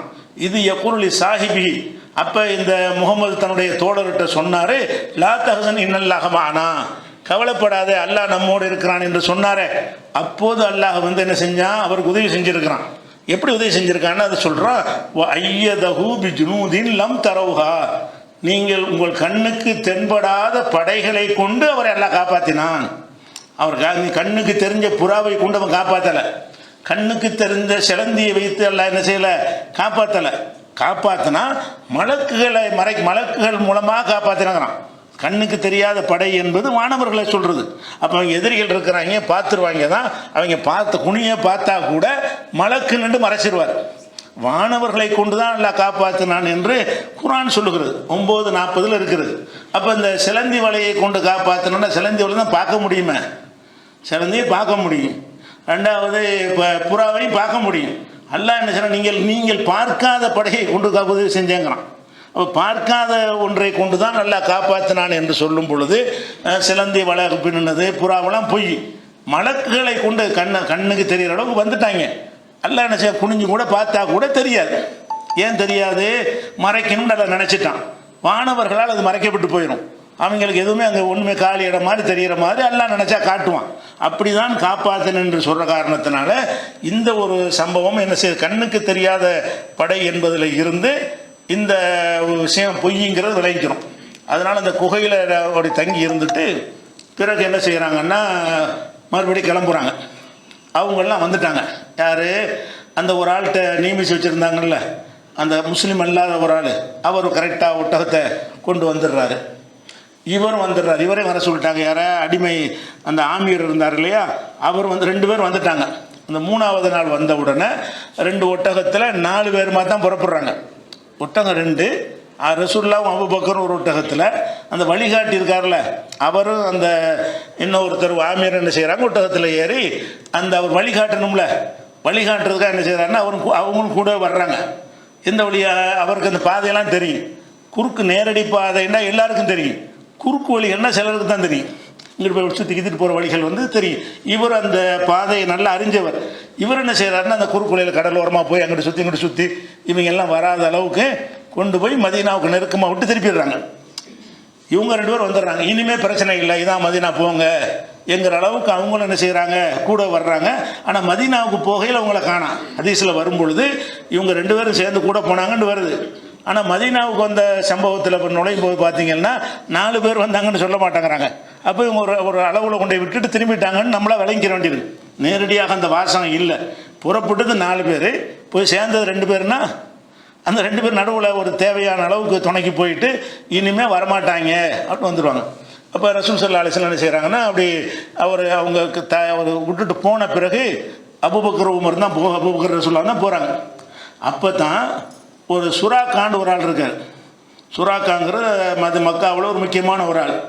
அவர் சில ஆட்களோட பேசிக்கிட்டு இருக்கும் பொழுது ஒரு ஆள் இங்கேருந்து வர்றார், மதீனா பக்கத்துலேருந்து வர்றார். வந்து இந்த மாதிரி நீங்கள் தேடிட்டு இருக்கிறீர்கள முகமது, அவரை நான் பார்த்தேன், அவரும் அபூபக்கரும் போயிட்டுருக்குறாங்க அப்படின்னா அந்த அந்த இடத்துல 4 பேர் இருக்கல. இந்த சுராக்காவை சந்திக்கும் பொழுது அந்த 2 பேர் அதோடு திரும்பிட்டாங்கன்னு விளங்குது. அப்போ 2 பேரை நான் வந்து பார்த்தேன் என்று என்ன செய்கிறாரு, அவர் இந்த சுறாக்காட்ட சொல்கிறாரு. சுறாக்கா என்ன சொல்கிறாருன்னு கேட்டால், இல்லைப்பா அது அவங்க இல்லை, இந்த இப்ராஹிம் இஸ்மாயில் ஏதோ ஒரு பேரை சொல்லி நான் தான் பார்த்தேன், இப்போ தான் போனாங்க. ஏன்னு கேட்டால் அவங்க பரிசு அடிச்சிடக்கூடாதான். இவர் வந்து ரசூலுல்லாஹ் பார்த்தேன்னு சொன்னால் இவன் போய் என்ன செஞ்சிடக்கூடாது, அந்த ஆளை காட்டி கொடுத்து பரிசை வாங்கிடக்கூடாதுங்கிறதுக்காக வேண்டி இந்த சுறாக்கா என்ன சொல்கிறாருன்னு கேட்டால், இல்லைப்பா அது முகமது கிடையாது, எனக்கு தெரியும் தான் 2 பேர் போனாங்க, இன்னும் போனாங்கன்னு பொய்யா 2 பேரும் சொல்லி அவங்கள தான் நீ பார்த்துருப்ப அப்படின்னு சொல்லிட்டு அவர் போன பிறகு நைஸாக அந்த கூட்டத்தை நழுவி போய் வீட்டுக்கு போய் வேலைக்காரன் சொல்லி உடனே விட்டாது குதிரையை ரெடி பண்ணு என்று சொல்லி குதிரையை எடுத்துகிட்டு வேகமாக குதிரை ஈட்டியெல்லாம் எடுத்துக்கிட்டு வேகமாக என்ன செய்கிறாரு, வர்றார். ரசூலுல்லாஹ்வை பிடிச்சிடலான்ட்டு. குதிரையில் வந்தால் பிடிச்சிடலாம், ஏன்னா ஒட்டகத்தில் போகிறாங்க அவங்க. குதிரை வந்து ஒட்டகத்தோட பல மடங்கு வேகமாக வரும். அப்போ ஒட்டகத்தில் அவங்க போயிட்டு இருக்கிறதுனால இவர் குதிரையில் வேகமாக வந்து என்ன செய்கிறாரு, ரசூலுல்லாஹ் வரைக்கும் நெருங்கிட்டார். வந்து 2 பேர் போகிறத நெருங்கிட்டார். அபூபக்கர் திரும்பி பார்த்துட்டாங்க. அல்லாஹ்வுடைய தூதரே, இந்த ஒரு ஆள் வர்ற மாதிரி தெரியுது, நம்மளை வந்து ஒரு ஆள் வர்ற மாதிரி தெரியுதுன்னு சொல்லும் பொழுது அந்த சுறாக்கா என்ன செய்கிறாருன்னு கேட்டால், அந்த கிட்ட நெருங்கின உடனே அந்த குதிரை வந்து அவரை பிரட்டி விட்டுருது. சுறாக்கா வர்றாரு, ரசூலுல்லாஹ் கிட்ட நெருங்கியதுக்கு வர்றாரு. அது ஒரு ஆள் ஒன்றும் செய்ய முடியாது, இவர் அம்பு ஏறுறதுலாம் கொஞ்சம் திறமையான ஒரு ஆள், அப்படி செஞ்சு தான் பிடிக்க முடியும். ரசூலுல்லாஹ் வந்து ரசூலுல்லாஹ் பிடிக்க வந்து அவர் 10 பேரோடு வந்திருக்கணும்ல.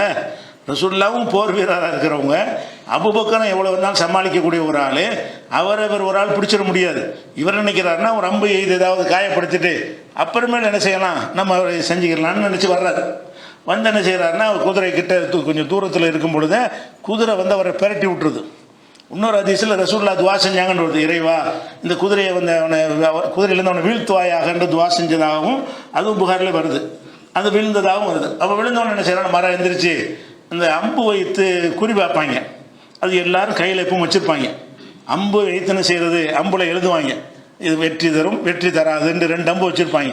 அதில் தூக்கி போடுவாங்க, எது எந்த பக்கம் விழுவுதோ அந்த இது எழுதுற மாதிரி, இந்த சோழி விளையாடுவாங்கள்ல அந்த மாதிரி என்ன செய்வாங்கன்னா ஒரு அம்பில் வந்து 2 சைடில் 2 எழுதியிருப்பாங்க. நீ போ வெற்றி தரும், வெற்றி தராதுன்னு அம்பத்துக்கு போடுவாங்க, அது கீழே விழுவும். வெற்றி தரும்னா அந்த காரியத்தை நோக்கி போவாங்க, வெற்றி தராதுன்னா ஆஹா நம்ம ரிவர்ஸ் ஆயிருன்னு குறிப்பாக்குறது. இந்த குறிப்பாக்குற வழக்கம் வந்து குர்ஆனில் இதுக்கு சொல்லப்படுது. அந்த தஸ்தக்ஸிமுபில் அஸ்லாம், அம்புகள் மூலமாக குறிப்பார்ப்பதும் ஹராமாகும் அல்லாஹ் சொல்கிறான்.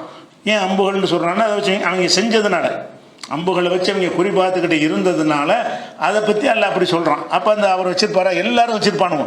எந்த ஒரு காரியத்துக்கு போனாலும் ஒரு ஏதாவது பிரச்சனை, குதிரை விழுந்துருச்சுல, இப்போ டவுட் ஆகுது, இப்போ நான் போகிற காரியம் வெற்றி தரும், முகமது எனக்கு பிடிக்க முடியுமா பிடிக்க முடியாதான்னு போடுறான். அது பிடிக்க முடியாதுன்னு வருது, முடியாதுன்னு வருது. இருந்தாலும் நம்ம இதை கேட்கக்கூடாதுன்னு சொல்லி மறுபடி அந்த ஜோசியத்தையும் பார்க்குறான். ஜோசியத்தின் மூலமாக அவரை பிடிக்க இயலாதுன்று, அவருக்கு ஒன்றும் செய்ய முடியாது, ஒன்றால் தீங்கிழைக்க முடியாதுன்னு அந்த வாசகம் வந்துருச்சு. ஆனால் அதை நம்பாமல் என்ன செய்கிறான், மறுபடியும் அதை சூறாக்கா திருப்பி வர்றாரு. வந்தோடனே மறுபடியும் எனக்கு குதிரையுடைய கால் வந்து மணலுக்குள்ளே புதைஞ்சிருச்சு 2வது தடவை. அப்போ புதைஞ்சோடனே மறுபடியும் கீழே விழுந்துட்டார். ஆஹா இது சரியாக வராது, நமக்கு ஏதோ நமக்கு இறைவனுடைய ஒரு தடை தான் இருக்குது, அது விளங்கிட்டார். நமக்கு அங்கேயும் நம்ம கீழே விழுந்துட்டோம், இப்போ குதிரையுடைய கால் புதைஞ்சு போச்சு, இனிமேல் நம்ம இந்த முயற்சியை தொடருவது நல்லது இல்லை அப்படின்னு அதை விளங்கிக்கிட்டு அப்போ ரசூலுல்லாஹ்ட்ட சத்தம் போட்டு கூப்பிட்றாரு, நில்லுங்க நில்லுங்கன்னு கூப்பிட்டு அவர் பேச்சுவார்த்தை நடத்துகிறார். என்ன பேச்சுவார்த்தைன்னா, உங்கள் 2 பேருக்கும் பெரிய விலையை நிர்ணயிச்சிருக்கிறாங்க, அது மக்கள்லாம் தேடிக்கிட்டு இருக்கிறாங்க, அதனால நீங்கள் கவனமாக போய் சேருங்க, உங்களுக்கு எதுவும் வேணும்னா நான் ஏதாவது தர்றேன்னு சொல்லி உணவுகள்லாம் கொடுக்குறாரு. ரசூலுல்லாஹ் வாங்க மாட்டேன், ஒன்றும் வேணாம், நீ எங்களுக்கு செய்கிற உதவி என்னன்னு கேட்டால் இங்கே எங்களை பார்த்தோங்கிறத சொல்லாது, நீ ஊருக்கு போய் இந்த மாதிரி முகமது போயிட்டுருக்கிறாரு, ஏன்னா அவங்க நினச்சிட்டாங்க இப்போ சேர்ந்துருப்பாருன்னு, அது 3 நாள் ஆச்சுல, அவங்க கணக்கு என்னன்னு கேட்டால் நம்மளை தப்பிச்சுன்னு போயிட்டு இனிமேல் ஒன்றும் முடியாதுன்னு அவங்க நினச்சிட்டு இருக்கிறாங்க, நீ போயிட்டு இந்த வழியில் போய்கிட்டு இருக்கிறாங்கன்னு சொன்னீங்கன்னா அது கூட்டமாக வந்துடுவாங்கங்கிறதுக்காக என்ன செய்கிறாங்கன்னா, நீ அதை செஞ்சிடாத அப்படின்னு அவங்கள்ட்ட சொன்னவொன்னு அவர் என்ன செய்றாரு, நான் செய்யலை, ஆனால் எனக்கு ஒரு அவர் மனசில் சொல்கிறாரு, நான் நினைத்தேன் இவருடைய கை இனிமேல் ஓங்கிரும்.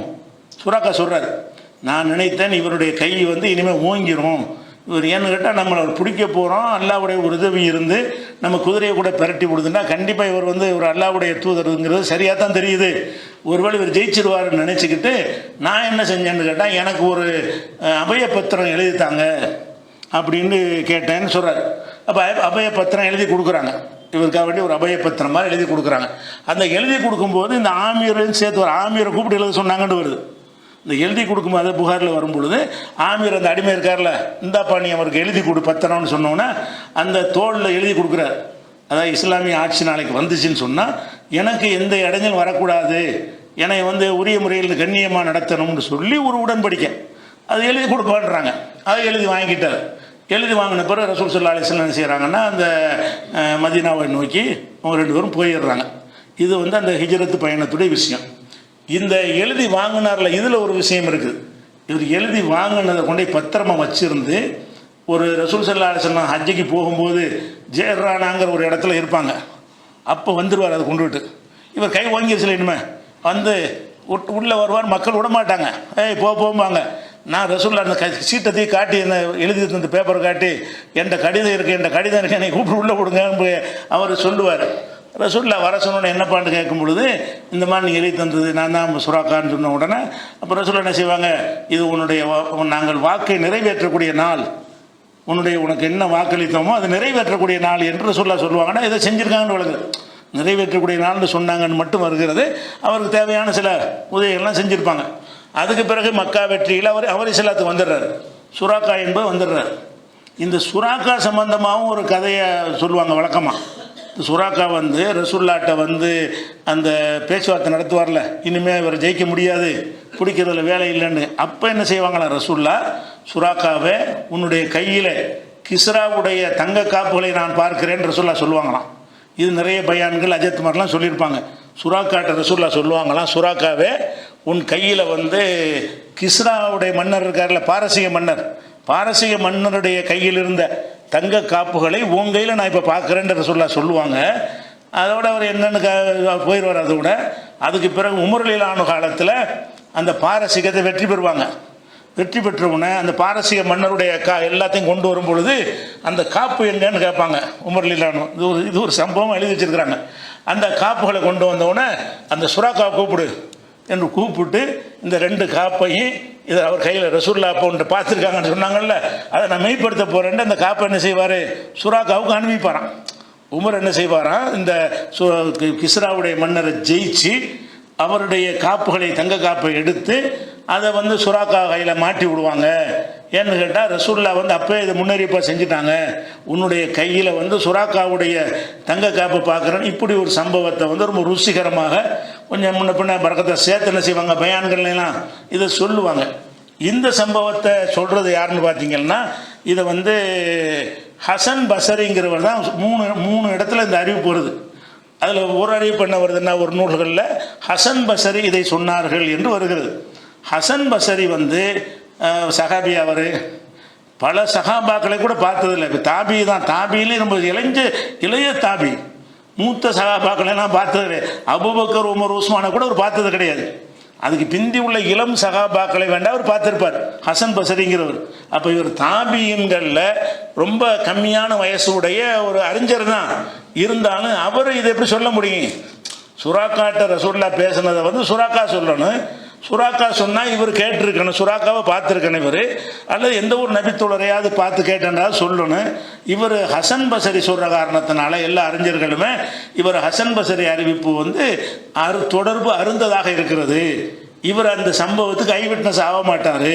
அந்த சம்பவம் அப்படி நடந்திருக்குமே. ஆனால் இப்படி ஒரு செய்தியை சுராக்கா வந்து பல பேருக்கு சொல்லி பெரிய பெரிய சகாபாக்கள் வழியாக அது அறிவிக்கப்பட்டிருக்கேன், இவர் தானே சொல்கிறார், வேற யாரும் சொல்ல காணாம அப்படின்னு சொல்லி என்ன செய்கிறாங்க, அந்த ஹதீஸு சரியில்லைன்னு ஆயிடுது. இதே ஹசன் என்ன செய்கிறாருன்னு, ஹசன் பசரி வந்து இன்னொரு அறிவிப்பில் வந்து உமர் ரலியல்லாஹு வழியாக அறிவிக்கிறார். இதே விஷயத்தை உமர் ரலியல்லாஹுடைய சம்பவத்தில் வர்றதுனால அவர் தானே அந்த காப்பையில் அனுப்பிக்கிறாரு. அதனால உமர் சொன்னதாக சொல்லி என்ன செய்கிறாரு, இவர் அறிவிக்கிறார். உமர் இவர்கிட்ட சொன்னாராம் அப்படின்னு அறிவிக்கிறாரு. இவர் உமர் ரலியல்லாஹுடைய உமர் ரலியல்லாஹுடைய மூத்தா போகும்போது இவருக்கு வயசு 2. இந்த ஹசன் பசரி வந்து உமர் ரலியல்லாஹு மூத்தா போகிறாங்கல்ல, அப்போ இந்த ஹசன் பசரிக்கு வயசு 2 வயசு புள்ள. இந்த 2 வயசு புள்ளைகிட்ட எப்படி உமர் சொல்லியிருப்பாங்க, உமர் சொன்னாங்கன்னு இவர் அறிவிக்கிறதா இருந்தால் உமர் காலத்தில் பிறந்துட்டார் உண்மை, 2 வயசில் எப்படி அறிவிக்க முடியும்? அப்போ இந்த சம்பவத்தை வந்து இதுவும் அந்த தங்க காப்பு சம்பவம் வந்து அதுவும் சரியில்லை. அதே மாதிரி வந்து சில நூல்கள் என்ன செய்கிறாங்கன்னா, ஷாஃபி இமாம் சொன்னதாக ஒரு சில ஹதீஸ் நூல்கள் எழுதி வச்சிருக்கிறாங்க. ஷாஃபி இமாம் எப்படி சொல்கிறாருன்னு கேட்டால், ஹசன் பசரி சொன்னதாக அறிஞர் பெருமக்கள் எனக்கு சொல்ல கேட்டிருக்கிறேங்கிறார். இவ்வளவுதான், ஒரு அறிவிப்பாளர் வருஷம் கிடையாது. ஹசன் பசரி சொன்னதாக அந்த அறிஞர் பெருமக்கள் யார், அறிஞர் பெருமக்களே சொல்லியிருக்கட்டேன், ஹசன் பசரிக்கு எப்படி இதை சொல்ல முடியும்?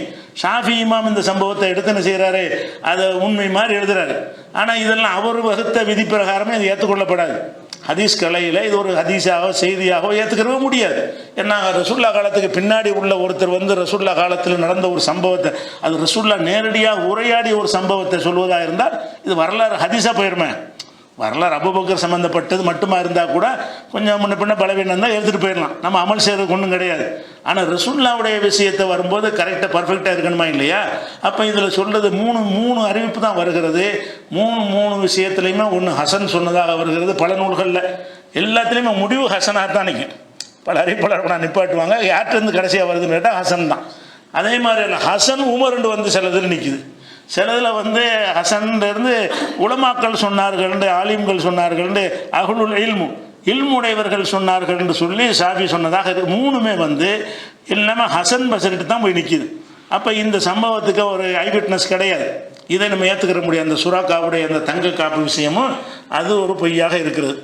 அதுக்கடுத்து என்னென்னு கேட்டால், இந்த இதுக்கு போகிறாங்கல்ல, ஹிஜ்ரத்துக்கு போகிறாங்கல்ல, அந்த ஹிஜ்ரத்துக்கு போகும்பொழுது மதீனாவுக்கு நெருங்கிட்டாங்க. மதீனாவுக்கு அந்த நடுவர் வந்துட்டாங்க, சுராக்கா திருப்பி அனுப்பியாச்சு. அதுக்கப்புறமேல ரசூல் ஸல்லல்லாஹு அலைஹி வஸல்லம் மதீனாவுக்கு வந்த உடனே சொல்லி அனுப்புகிறாங்க. யாருக்கு?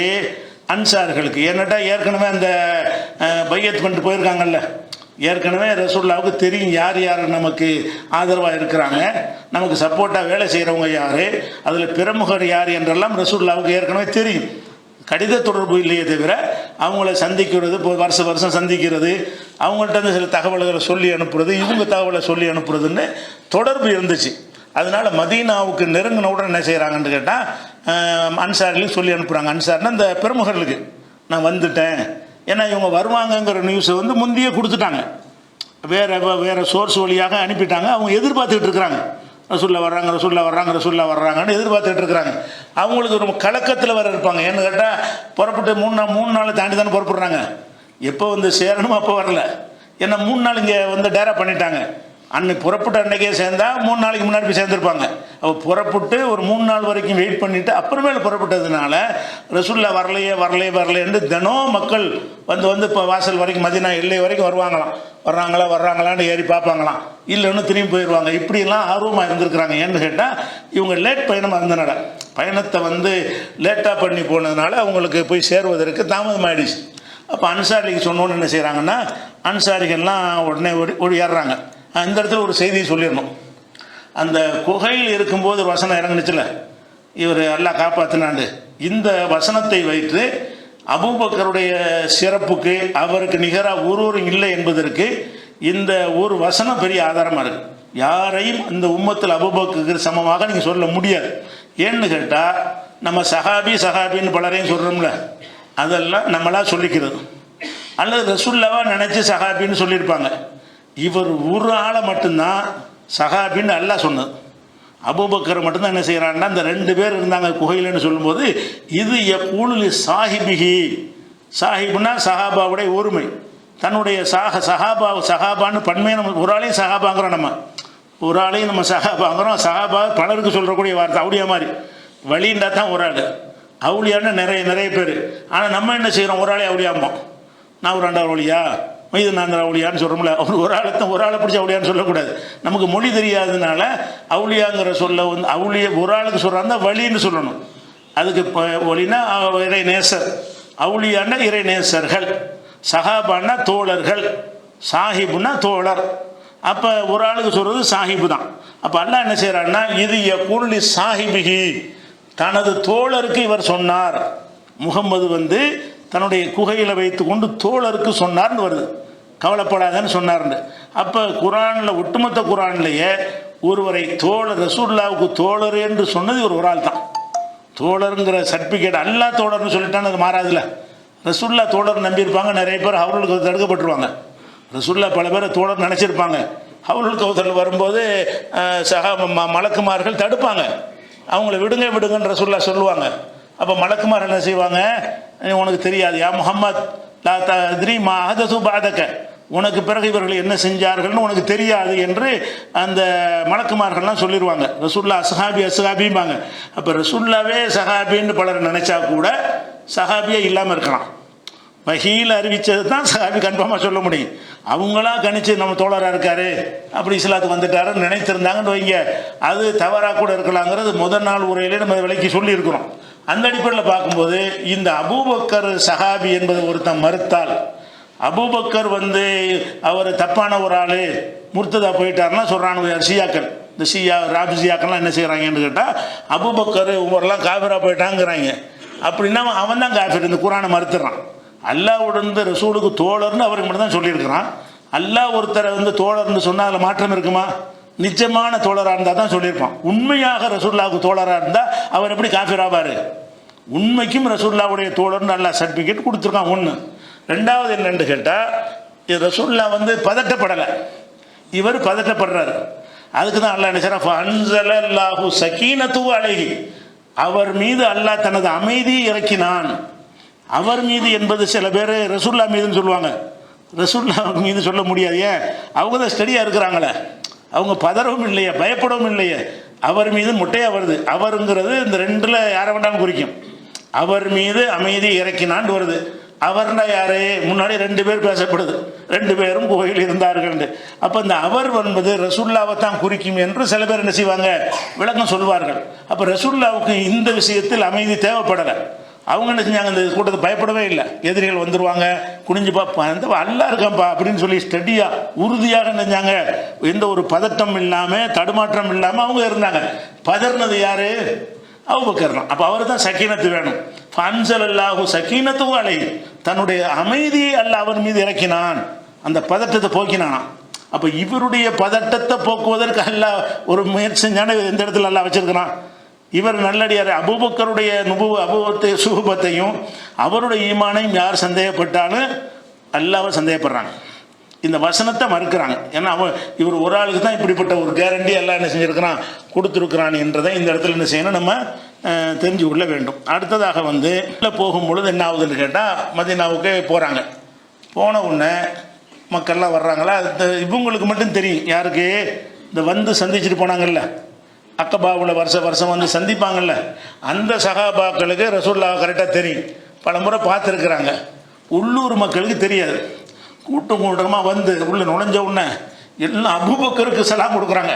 2 பேர் வந்த உடனே அவங்களுக்கு தெரியும், பெருமகர்களுக்கு பொதுமக்கள் கூட்டமாக என்ன செய்கிறாங்க, வர்றாங்க. அவங்க அதுக்கு முந்தைய ரசூலுல்லாஹ் பார்த்ததில்லை, கேள்வி தான் பட்டிருக்கிறாங்க. இந்த 12 பேரை நியமித்து அனுப்புனாங்கல்ல, அவங்க வழியாக அவங்க இஸ்லாத்தை அறிந்து ரசூலுல்லாவை அறிந்த மக்களாக இருந்தாங்களே தவிர ரசூலுல்லாஹ் கற்பா சிவப்பா எப்படி இருப்பாங்கன்னு உங்களுக்கு தெரியாது. அப்போ 2 பேர் வந்தவொன்னு பார்க்குறாங்க. இவர் இளவட்டமாக தெரிகிறாங்க ரசூல் ஸல்லல்லாஹு அலைஹி வஸல்லம். இவர் ஒரு முதிர்ச்சியாக இருக்கிறாரு. அபூபக்கருடைய தோற்றம் எப்படி இருக்குன்னு கேட்டால், ஒரு முதியவர் மாதிரி, ஒரு பழுத்த பழம் மாதிரியான தோற்றத்தில் அவர் இருக்கிறார். முடியெல்லாம் நரைச்சி போனவராக, முடிக்கு சாயம் போட்டவராக அவர் இருக்கிறார். ரசூலுல்லாஹ் பார்க்குறாங்க, எல்லாம் முடியெல்லாம் கருப்பாக இருக்குது. ஒரு இளைஞர் மாதிரியான, அப்போ இளைஞர் இல்லை, 53 வயசு, 53 வயசுன்றாலே இளைஞர் மாதிரி அவங்க இருக்கிறாங்க பார்த்தா. அப்போ ஒருத்தர் இறை தூதர்னு நினைக்கிறவங்க யாரை முடிவு பண்ணுவாங்க மக்கள்? பெரிய மனுஷனா. அது போக என்னன்னு கேட்டால், அந்த போகும்போது ரசூலுல்லாஹ் வந்து முன்னாடி உட்காந்து அபூபக்கர் பின்னாடி வச்சு ஓட்டிகிட்டு போகிறாங்க.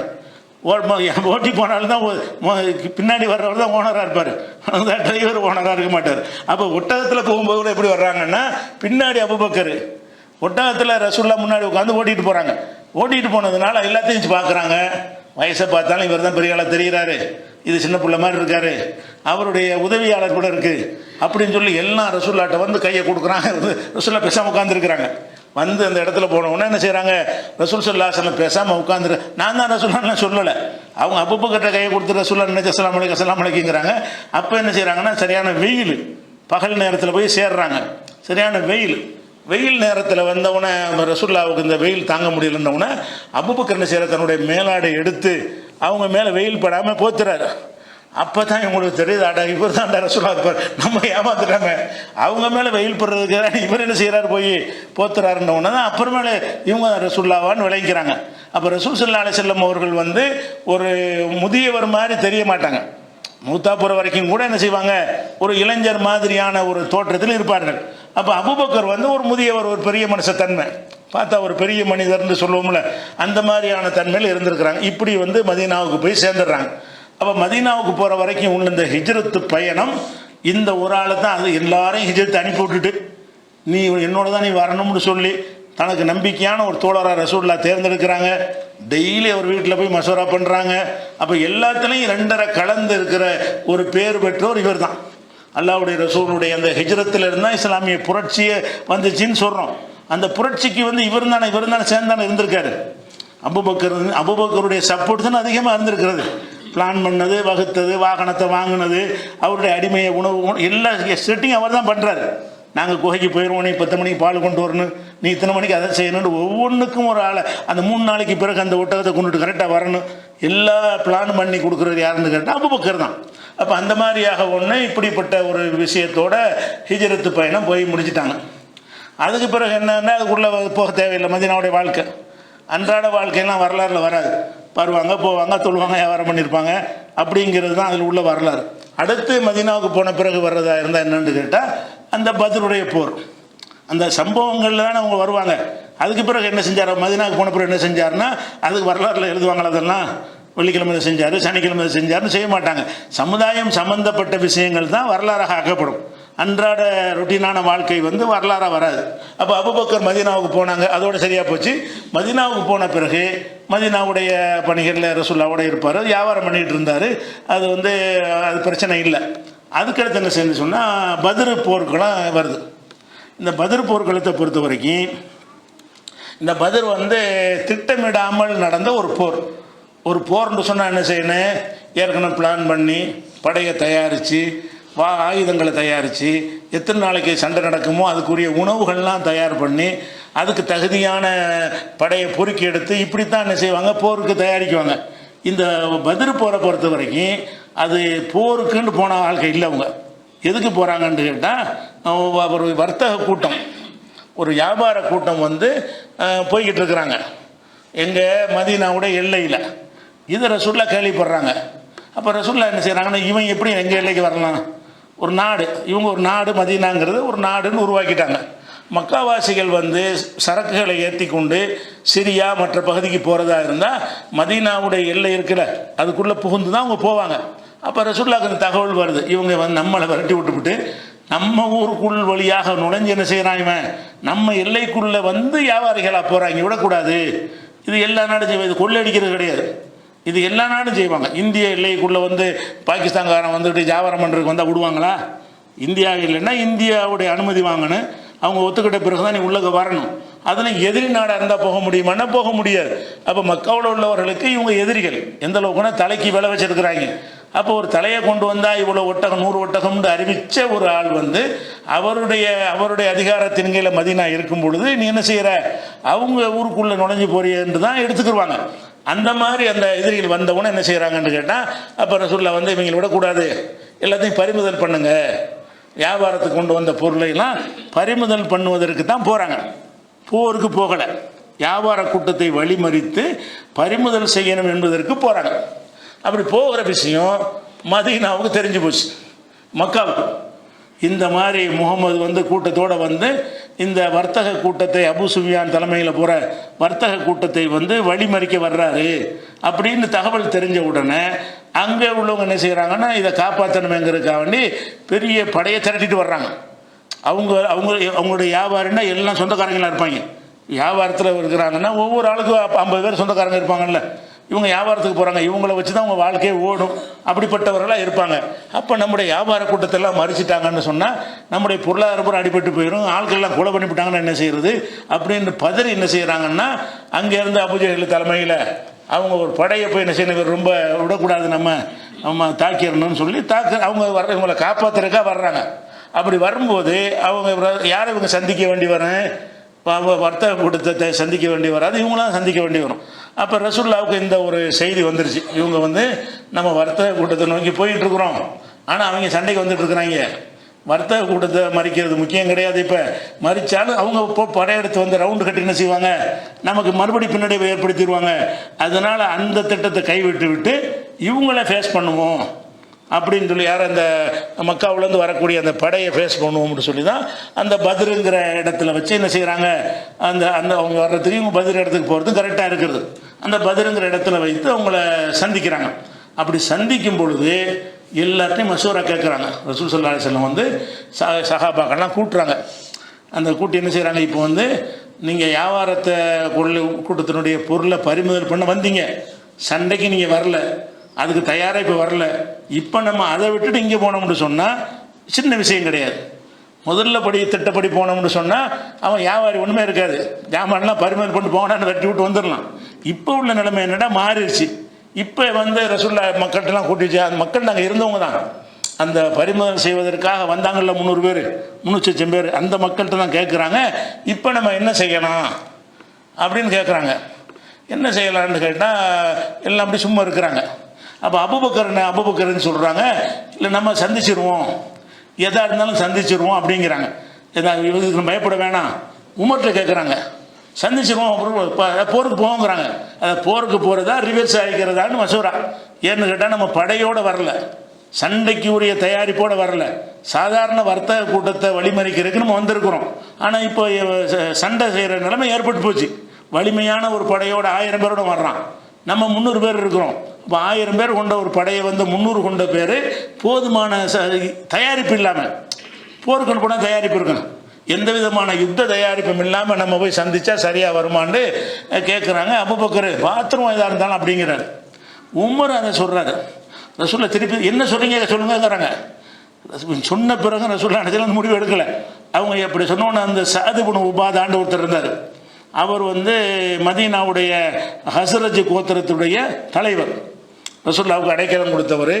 அந்த 70 பேர் சந்திச்சாங்கல்ல, அதில் உள்ள ஒருத்தர், 12 பேரில் ஒரு ஆள், அந்த மதீனாவில் நியமிச்சாங்கல்ல, அந்த மாதிரியான ஒரு முக்கியமான ஒரு ஆள் யாருன்னு கேட்டால் அன்சாரிகளில் சஅத் இப்னு உபாதா. அவர் விளங்கிட்டார், மதீனாவாசிகளுடைய கருத்து தான் ரசூலுல்லாஹ் கேட்குறாங்க, என்னப்பா சொல்லுங்கன்னு கேட்டால் அபூபக்கர் உமர் தான் சொல்கிறாங்களே தவிர மதீனாவாசிகள் தான் ஜாஸ்தி, இவங்க ஹிஜ்ரத் பண்ணவும் கம்மி, இவங்க மட்டும் சரின்னா அங்கே போய் போர் செய்ய முடியாது. யார் சரின்னு சொல்லணும்? இருந்த மக்களில் 300 பேரில் ஒரு 75 பேர்கிட்ட தான் முஹாஜிர் இருப்பாங்க. பாக்கி எல்லாருமே அன்சாரிகள், மதீனா ஆளுக்க. அப்போ நாங்கள்லாம் தயார்னு இவங்க சொல்லிடுவாங்க. அவங்க தயார் இல்லைன்னு திடீர் பேச ஆகிட்டாங்கன்னா அதனால சொல்லுங்கப்பாங்கிறாங்க. நாங்கள் ரெடின்னு அபூபக்கர் சொல்கிறார், மறுபடியும் சொல்லுங்கங்கிறாங்க. அப்போ சாது இப்னு உபாதா எந்திரிச்சு சொல்கிறாரு, எங்களை தான் கேட்குறீங்களான்னு கேட்குறாரு. நாங்கள் என்ன சொல்கிறோங்கிறது தான் திருப்பி கேட்குறீங்களான்னு கேட்குறாரு. ஆமான்னு சொன்ன உடனே அவர் என்ன சொல்கிறாரு, நாங்கள் இறுதி வரைக்கும் நிற்போம், கடைசி வரைக்கும் நிற்போம், உயிரை கொடுத்தாலும் நிற்போம், பின்வாங்க மாட்டோம்னு சொல்லி அவர் என்ன செய்கிறாரு, அன்சாரிகளை நாங்கள் கடைசி வரைக்கும் நிற்போம்னு சொன்ன உடனே உகுறிச்சு கிளம்புங்கன்ட்டாங்க. அவங்க கருத்து கேட்ட பிறகு அப்பவும் பாருங்கள் அபூபக்கருடைய வீரத்தை பாருங்கள். அவர் இவ்வளோ பெரிய கூட்டத்தோடு வந்திருக்கிறாங்கன்னா என்ன சொல்லுவாங்க, நம்ம சரியாக இல்லை, நம்மகிட்ட ஆயுதம் இல்லாமல் இருக்கிறோம், நம்ம ரிவர்ஸ் ஆகிக்கிறோம்னு சொல்லுவாங்க. பயப்படவே மாட்டார். எடுத்தவனும் என்ன செய்கிறாரு, பார்த்துருவோம் ஒரு கை அப்படின்னு சொல்கிற அளவுக்கு ஒரு முரட்டு தைரியமான ஒரு ஆளாக தான் அபூபக்கரை நம்ம பார்க்குறோம். பயம்ங்கிறதே வாழ்க்கையில் அவர்கிட்ட இல்லை. அந்த மாதிரி இருக்கும்போது ரசூலுல்லாஹ் என்ன செய்கிறாங்கன்னா மதீனாவாசிகளுடைய கருத்தை எதிர்பார்க்குறாங்க. அவர் இதை சொன்னார். அதுக்கு பிறகு உள்ள சம்பவங்களை இன்ஷா அல்லாஹ் நம்ம நாளைக்கு பார்க்கலாம்.